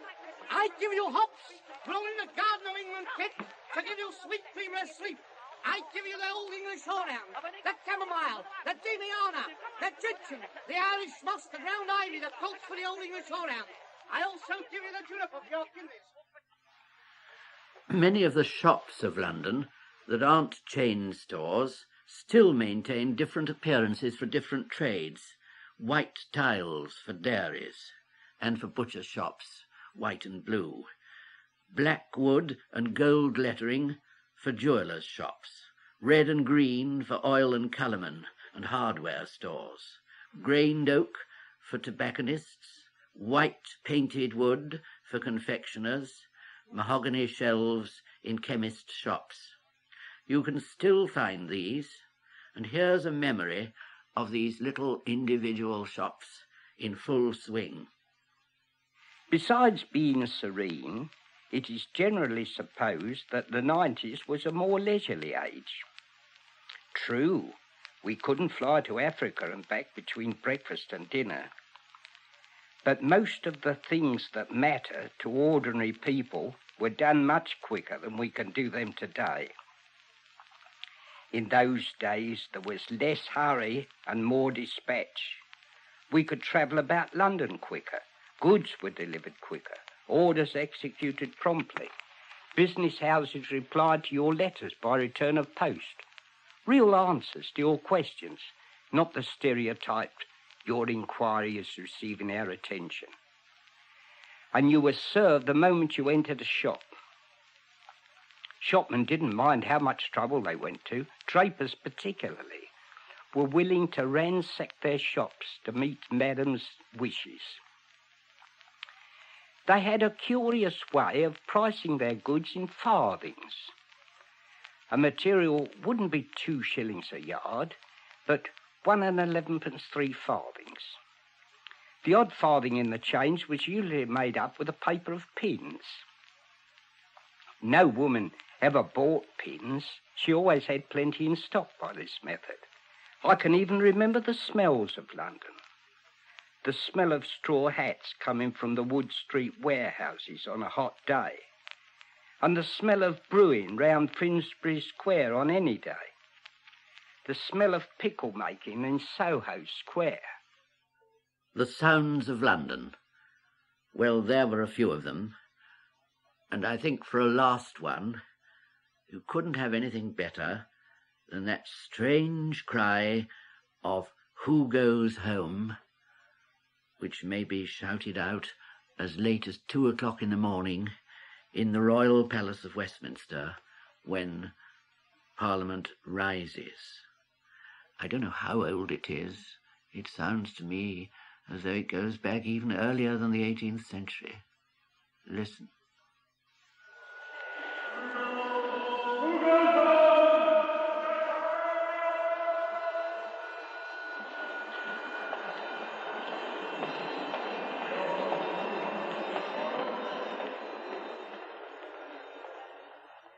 Humour was vital to my father in both his daily life and his work. I suppose his favourite poet was Alfred Lord Tennyson, not someone who readily springs to mind in the context of humour. But J.B., ever perceptive, saw more to Tennyson than a straight-laced Victorian poet laureate of high seriousness, as he explained in this programme from 1950, Tennyson as a humorist. One bright summer day, I went to see Tennyson's house, Farringford, in the Isle of Wight. I approached it by a back way, past thatched buildings of chalk and stone, and down a hot, forgotten lane, fluttering with peacock butterflies and white admirals. And then, round the corner, was the grey, deserted house. It's now an hotel. It was deserted then, with its southward view of cliffs and sea. Suddenly, you feel there the presence of Tennyson. You see the tall, bearded figure in cloak and wide-awake hat striding on the lawn away from a trespasser, probably to say, when he reaches his Gothic study, hidden from visitors by a separate staircase, by the way, probably to say, as he said to William Allingham, "I saw a beast watching me. I saw his legs behind the ilex." Tennyson had a hatred of publicity. One of his last recorded sayings, which he made on his deathbed in 1892, was this: "Oh, that press will get hold of me now." So since his death, Tennyson's had a good many setbacks. His dislike of newspaper men, and the fact that he was a Victorian god and a giant physically as well as mentally, and the jealousy which other literary men had felt for him, for Tennyson was, I suppose, the last Englishman to make a decent living by writing poetry, all these things made it fashionable to run him down after he was dead. There's something very enjoyable about smashing idols. But now he's coming into his own again as the greatest and most melodiously observant nature poet England's ever known. I wish there were time this evening to convey to you some of my own delight in his poetry, but instead I want to correct an impression people have that Tennyson was a heavy, humourless, aloof man. On the contrary, he must have been delightful company, and we know he was a good and loyal friend. You've only got to read Sir Charles Tennyson's Life of his Grandfather, which is already a classic, or Hallam Tennyson's Life, or Edward Fitzgerald's Letters, or Harold Nicholson's Tennyson, or William Allingham's Diary, to see this. Moreover, Sir Charles Tennyson lent me a manuscript, which I pinched a lot of things from, and which Hallam Tennyson, the poet's son, made when he was a boy, and it's records of his father's conversation. For certainly, the great poet had an awful lot to put up with. His name was often taken in vain, as in an advertisement for pills. Dear sir, like most literary men, I am subject to violent constipation. Your pills I find the greatest possible comfort. A. Tennyson. And there was a man at Scarborough who wrote to him, There's to be a grand summer party here, my lord, gentlemen to appear in character, I having been requested to appear as Lord Tennyson. Could your lordship kindly lend me any outer clothing by Thursday morning at latest, a cloak, etc.? Then I should feel so thankful and fulfil the character better. And there were the numberless ladies who, because the poet was always very good-looking in a Spanish and saturnine way, claimed to be his wife. To a shy man, this must have been embarrassing, and Tennyson was very shy.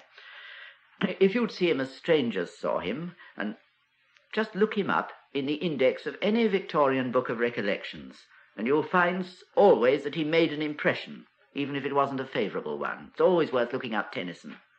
Even the conventional Walter Crane, in his Artist's Reminiscences, which was published in 1907, wakes up a bit when Tennyson appears. This is what he says.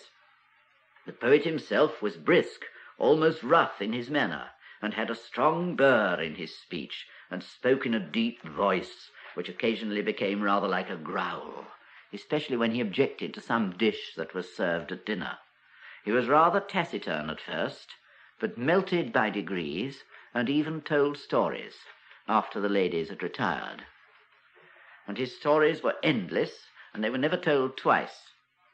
He had a Commander Campbell-like memory, and a delight in the fantastic. Here's some of these things from the book that was lent me.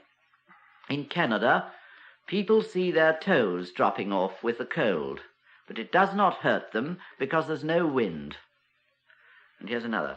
I met a man in Exeter in an oyster shop who said he had soaked livers of various animals in various spirituous liquors and found some less destructive than others, so always drank rum. In Chile, people never drink milk when in a passion for fear it should turn sour. A sailor travelled all over the world. And did you come to the edge of the world? Yes. And what was there? A wall. And what did you see over the wall? A lot of old moons lying in a heap.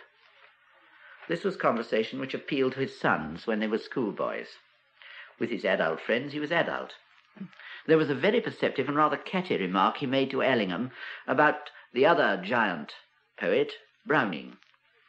If the pronunciation of the English language were lost, Browning would be considered the greatest of modern poets.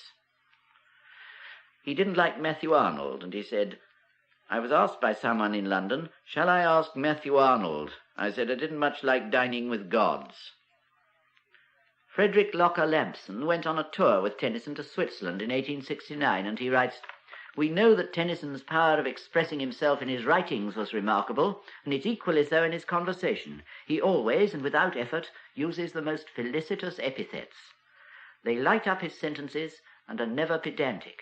And, reader, while reading these cheerful notes, you must always please to remember that my many-sided travelling companion was a humorist. He has a delightful passage about Tennyson's laugh, which was very catching.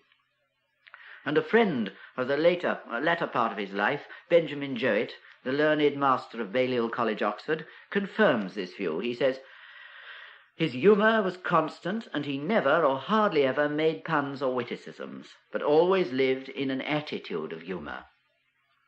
So it's very easy then to imagine Tennyson and his friend Edward Fitzgerald, the translator of Omar Khayyam, on a walk.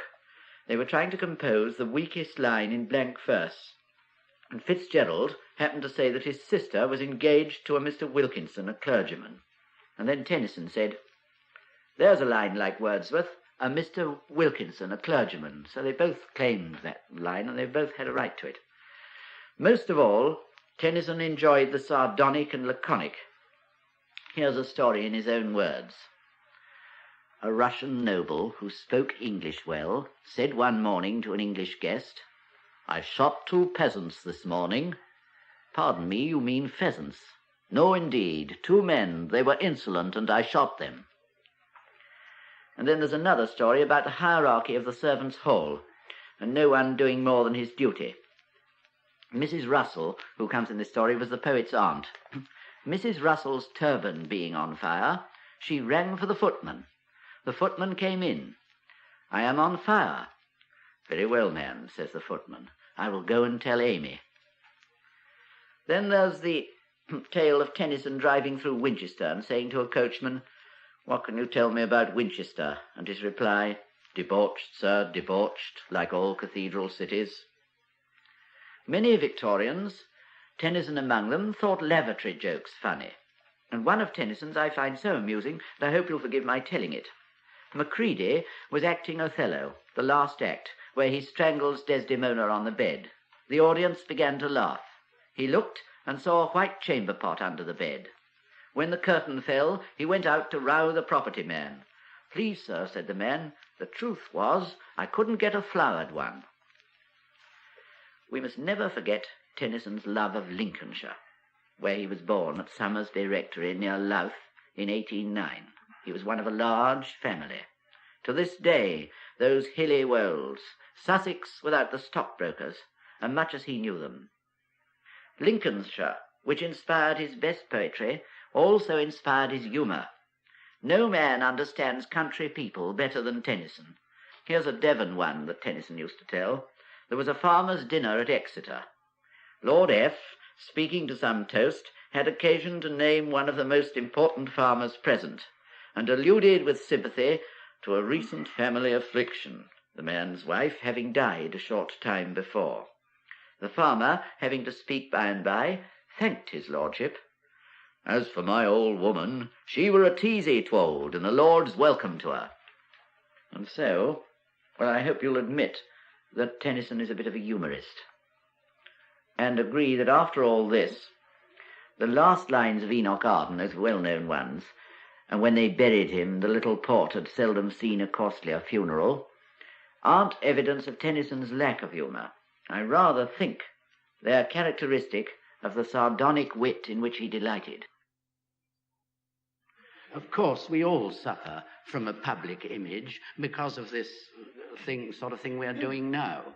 I don't think everything old must necessarily be preserved, though that is a public impression that seems to have got about. Nor do I think that everything Victorian is beautiful. All I ask is that people should use their eyes and not be prejudiced by dates and not get pedantic about them. Use their eyes and their hearts when they're looking. But, you know, I saw something absolutely hideous the other day, Mr. Betjeman. You'd have liked it, of course. It's one of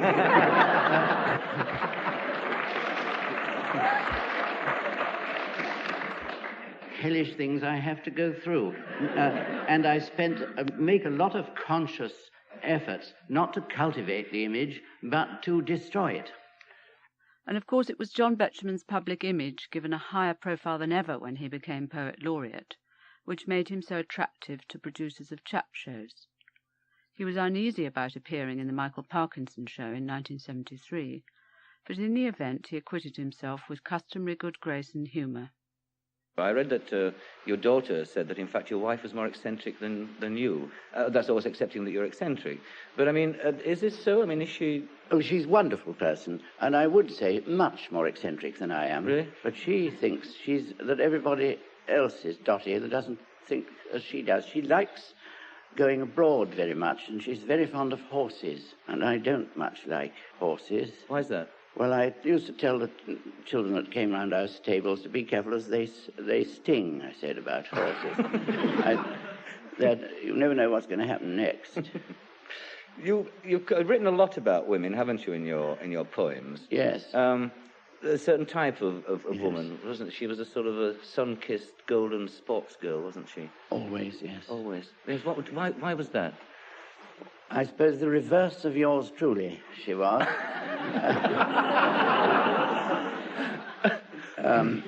I've always admired people who were taller than myself, stronger, and I liked we all have different sorts of colours we like in girls and in people generally. I like freckles, turned-up noses, wide apart grey-blue eyes, and locks thrown loosely back, sulky lips, and a hint of latent power. Can I talk to you now about the job of being poet laureate? How do you see the job itself, Sir John? I mean, how do you see your duties, if you like? Oh, anything involving duties is terrifying, and you feel you're going to fail. It's very unpleasantly prominent. You feel you're sitting on top of a paper mountain which may give way at any minute. It was a great honour and exciting to be made it, but it leaves me dumbfounded and very nervous sometimes if I don't know whether I'm going to... Oh, ought the poet laureate to write this, you say, when you're writing a line you think's frightfully good? Yes. It can be inhibiting. Yes. I can't do public writing. The person who really did it superbly was Tennyson. Yes. Tennyson's Charge of the Light Brigade and Ode on the Death of the Duke of Wellington. There was nobody to touch the old boy. Yes. You have bridged this gap between poetry and the public. Your poems are terribly popular, read by a lot of people I know who wouldn't consider reading poetry normally. Why do you think this is, Sir John? I always think it's luck that it's happened. I think it is luck. I think there are things outside one's control. It's the most lovely thing to have happened, if the people do. I've heard, though, that I'm sometimes set for O-levels.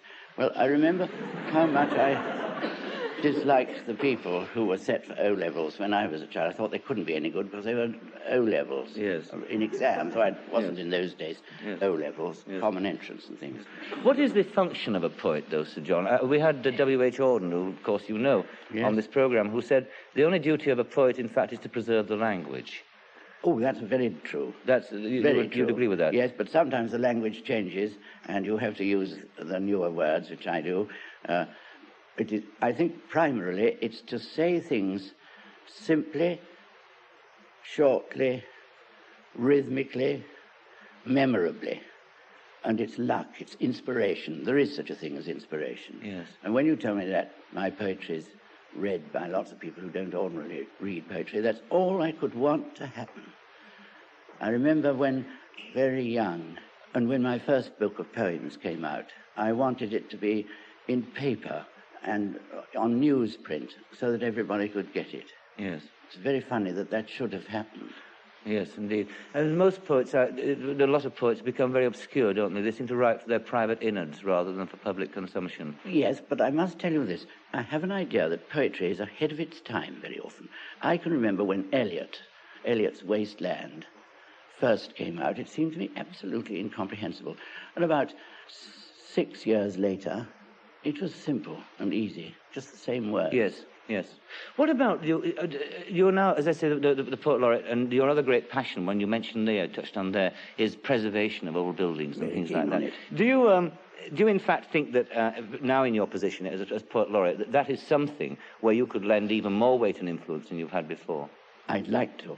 Yes. And I'd like to be able to write about people taking down the unimportant in order to show up the grand. Everything is a gradual growth, and you can't live in a new, planned, bright town.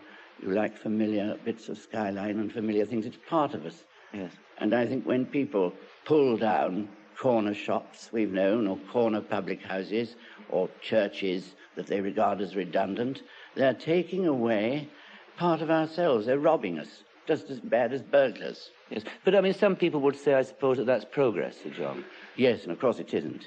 It isn't? I don't think so, no. People think progress means everything exactly the same, everybody having the same sort of entertainments and no variation. Well, it can't be progress.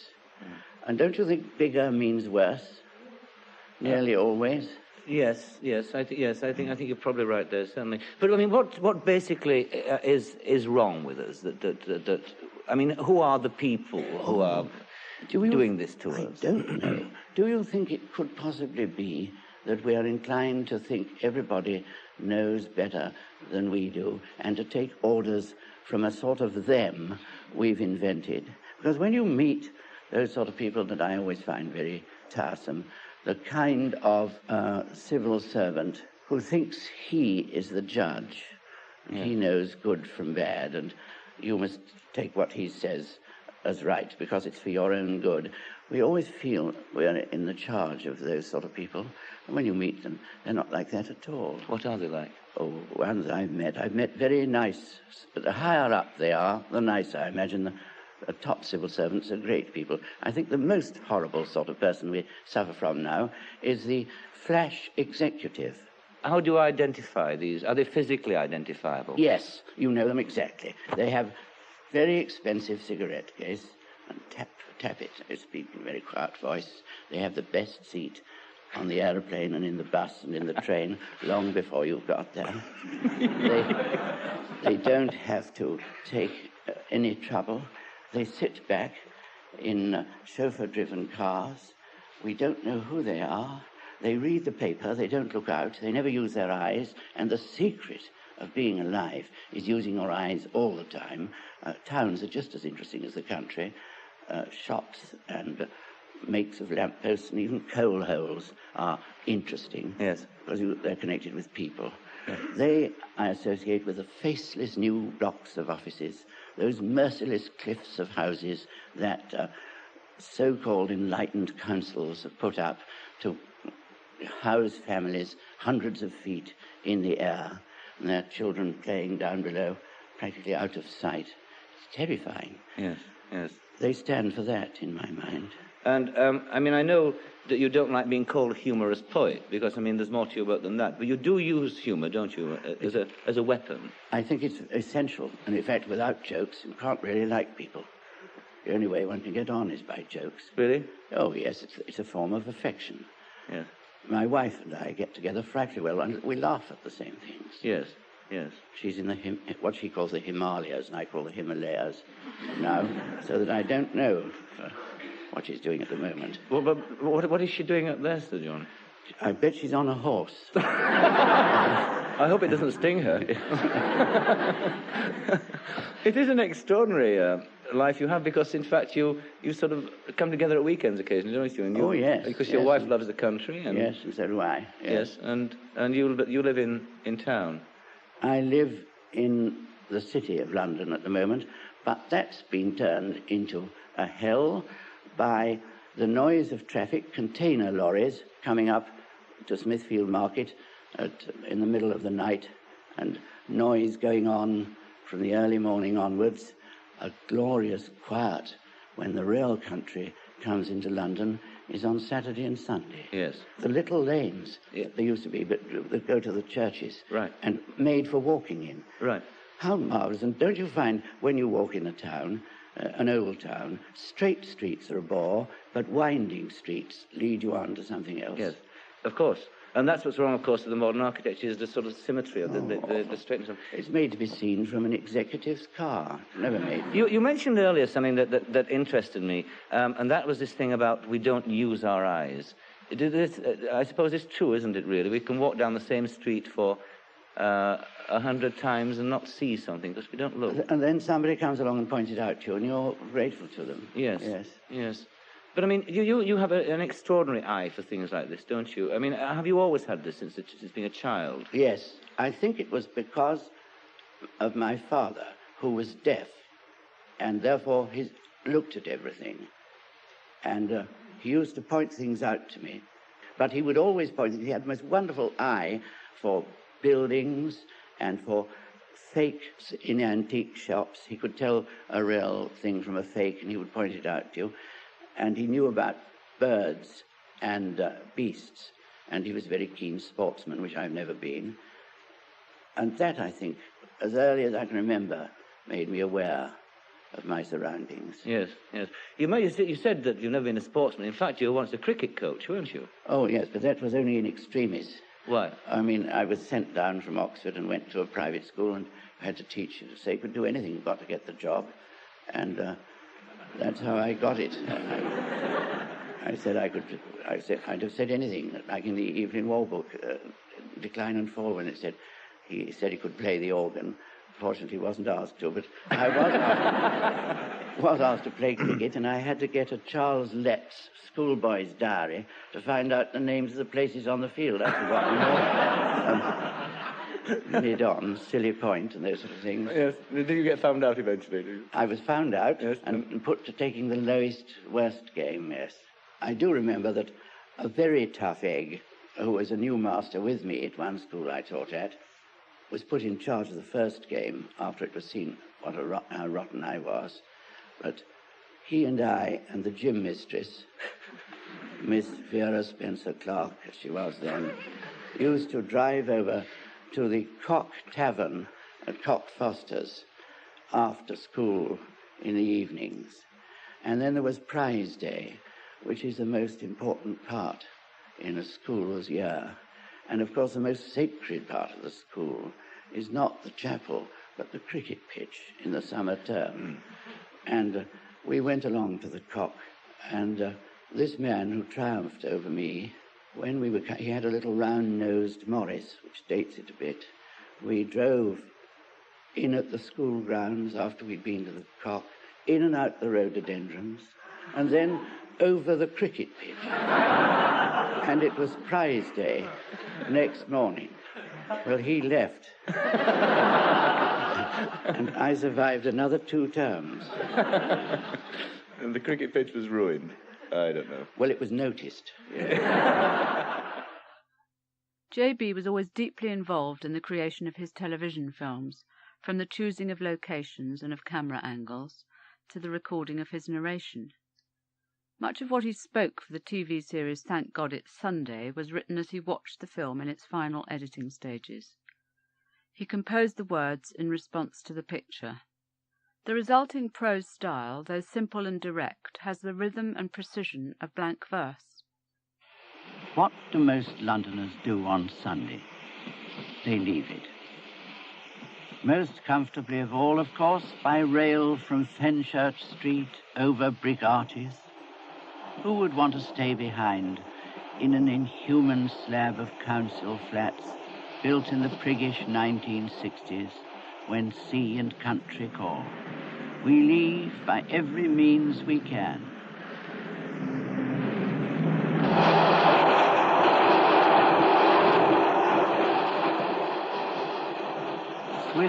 Swiftly eastwards, through Stepney, Barking, Dagenham, Upminster, electric railway, diesel, coach and bus, car and motorbike, bypass and high road.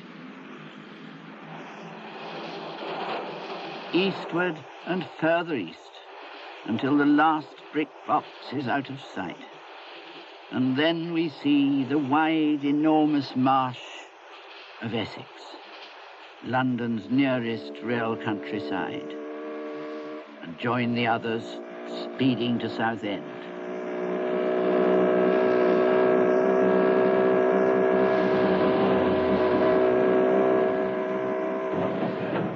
Hold on, what's that? A different sort of noise. And now we're in a different sort of train. We're travelling down Southend Pier by tram for 1.33 miles towards the coast of France, the longest pier in the world. Was it perhaps a mid-Victorian dream of bringing England close to France at last and getting there on foot? Or was it to build an elongated jetty for vessels making for the Thameses mouth? At any rate, today upon the pier they sell a map which shows you where to find the different kinds of fish the estuary yields. and what's the bait to use. To southward, from Southend across the Thames, you faintly see, along the Kentish coast, the oil refineries which work on Sunday. Give me Sunday here, sniffing the salt sea air and salt sea water. Sundays of patience, waiting for a bite. Sunday, the day when fathers push the pram. Sunday for lovers walking in the wind. Sunday for running to catch the lunchtime tram and missing it. It doesn't matter here. Time's of no consequence in kind Southend. An unpretentious, breezy, friendly place. I like Southend. East London on the sea.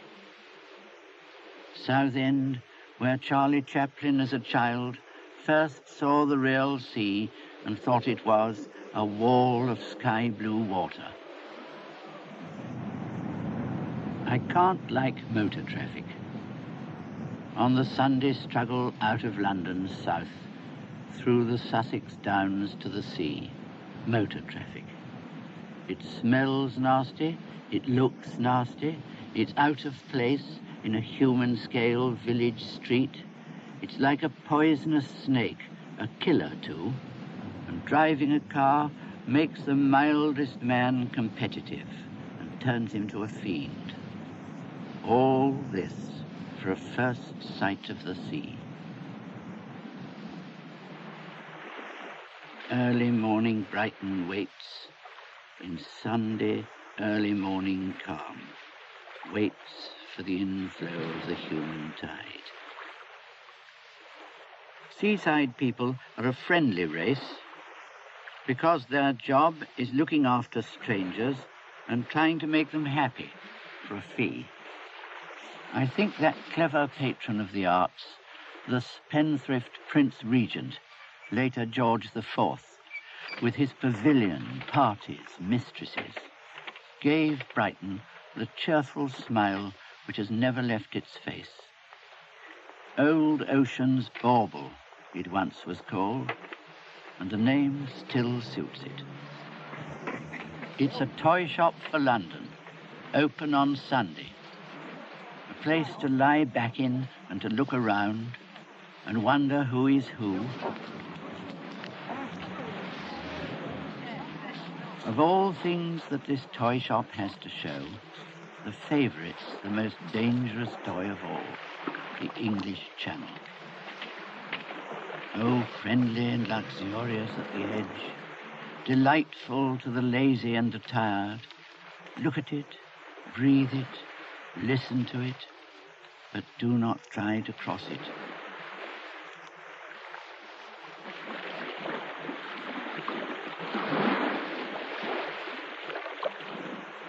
How comfortable the roar that rakes the shingle, the feel of rounded pebbles underfoot. The Brighton English Channel seems a friend.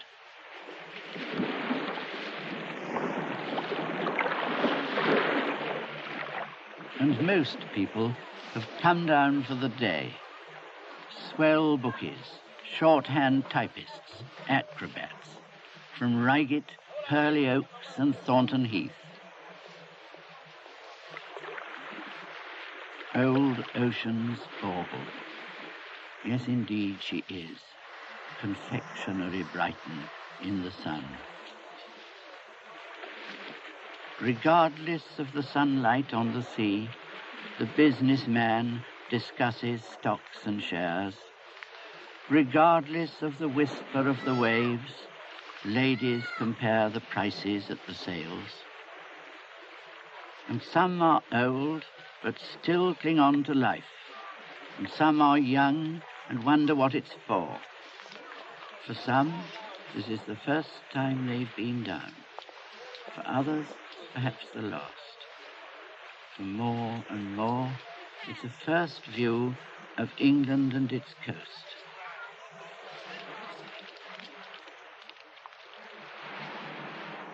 From this point, we can survey the whole field of seaside sociology, its income brackets and that sort of jargon. And all of us would rather go by bus than sit frustrated in a stuffy car. And all of us will want to view the sea. What are the girlfriends talking of? Men or starfish? What the palmist said, Madame Gymkhana and her crystal ball? How different this is than the bus to work. 19, for instance, or the 22. Sorry. Oh dear, who is that? A day of recreation and of rest. But oh, it still is travelling along. On Sunday morning, matins or morning prayer, the Mass or Eucharist, whichever they like to call it, is over in Bosham Church. Under those stones, the local farmers lie. Their old brick houses mostly have been bought by businessmen who mess about with boats. The old church looks forlornly from the shore. Those two rugged workers may well be retired admirals. Such is the camaraderie of the sea. Just to anticipate any trouble, take a letter from Wheelhouse Grange, Albatross Lane, Havant, to the Chairman of the Governors, BBC London. Sir, I was disgusted to find the BBC had the effrontery to turn its cameras onto the private marine activities of our English coast, and what is more, on a Sunday morning when they should all have been in church. My aunt, who is not an expert oarswoman, was shown on the screen without her permission. My own picnic party, with my niece and daughter, was also filmed without permission, as was the party of my staff who were on holiday at Burnham-on-Crouch. How would you like to have the private moments of your family life shown to millions and commented on facetiously by a man with an unpronounceable name? Is nothing sacred? There are many good sailors at the yacht club. Why did you only select shots of incompetent amateurs? And why this emphasis on food and drink? Are you in the pay of the breweries, sir? What will foreigners think if this film is shown abroad as depicting the English way of life? Do we only live for pleasure? Surely on Sunday, at least a reverent expression might have been shown somewhere. And I have one final and very serious complaint to make. The wife of my managing director kindly came down to the shore to meet me, and your cameraman took the unpardonable liberty of filming her as she was getting ready for the bridge party to which we were going. Yours, etc. A happy Sunday slowness haunts the Thames between its Buckingham and Berkshire banks, the river of our contemplative youth,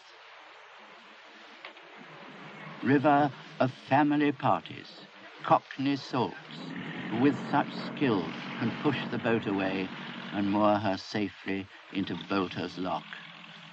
For Londoners are faithful to the Thames, as Thames has been to them for centuries.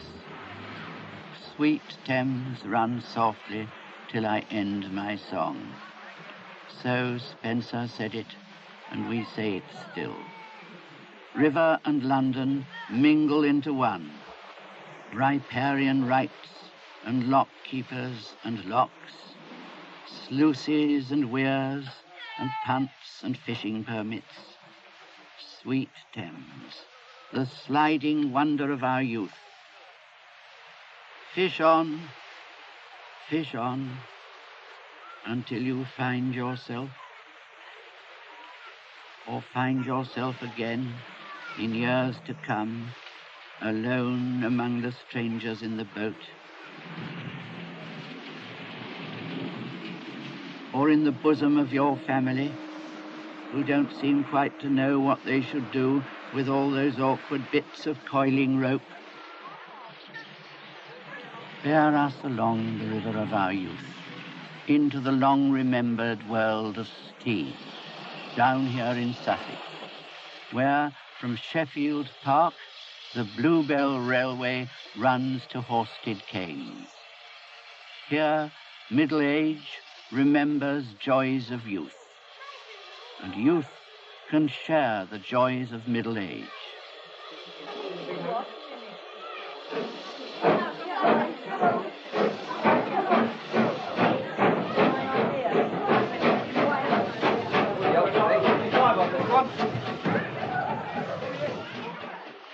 Deep down in Sussex, listen for it here. The sound the poets hated makes by now a melancholy music in the hills.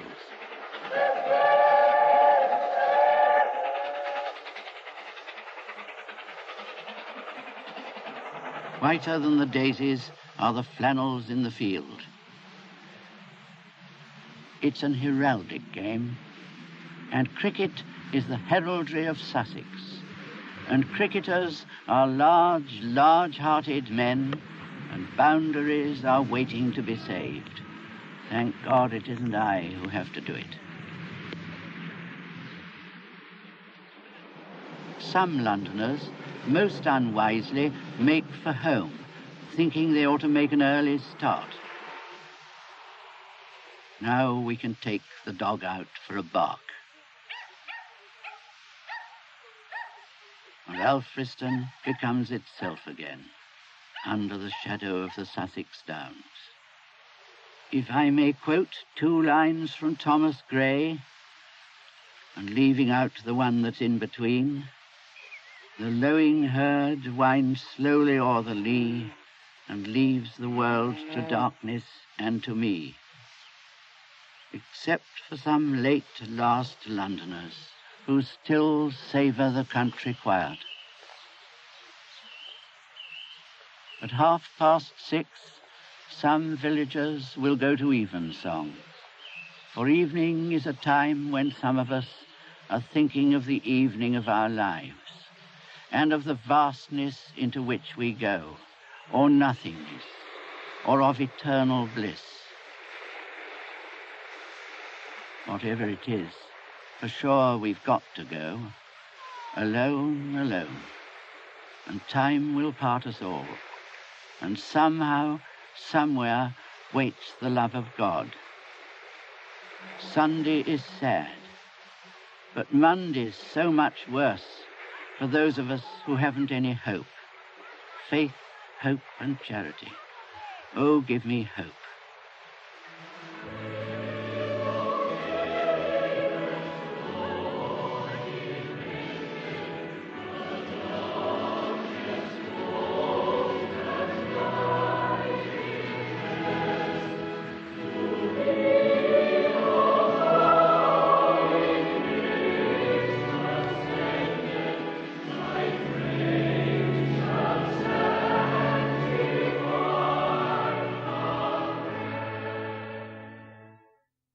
For a radio programme in 1962, John Betjeman interviewed Diana Montgomery Massingbird, a cousin of Ralph Vaughan Williams and a friend of Rudyard Kipling. She was at the end of her life, and J.B. was in the prime of his, but their philosophies were in time with each other. Here I am at nearly 89. Well, and in very good form. In good form, yes, in quite good form, considering. Very lucky to be here, I suppose, still. I should like to ask you sometime what you feel about that. Some people, very good people, think that it's wrong to want to go to sleep and wake up on the other side. I don't think it is at all. I've always been told that one's life down here is a preparation for the next, and it is very much more exciting adventure ahead of us than we've enjoyed down here. One thing I'm absolutely certain of, and that's something that you say in your reminiscences, and that is that when one seems to have lost everything, one must then turn round and count up the blessings.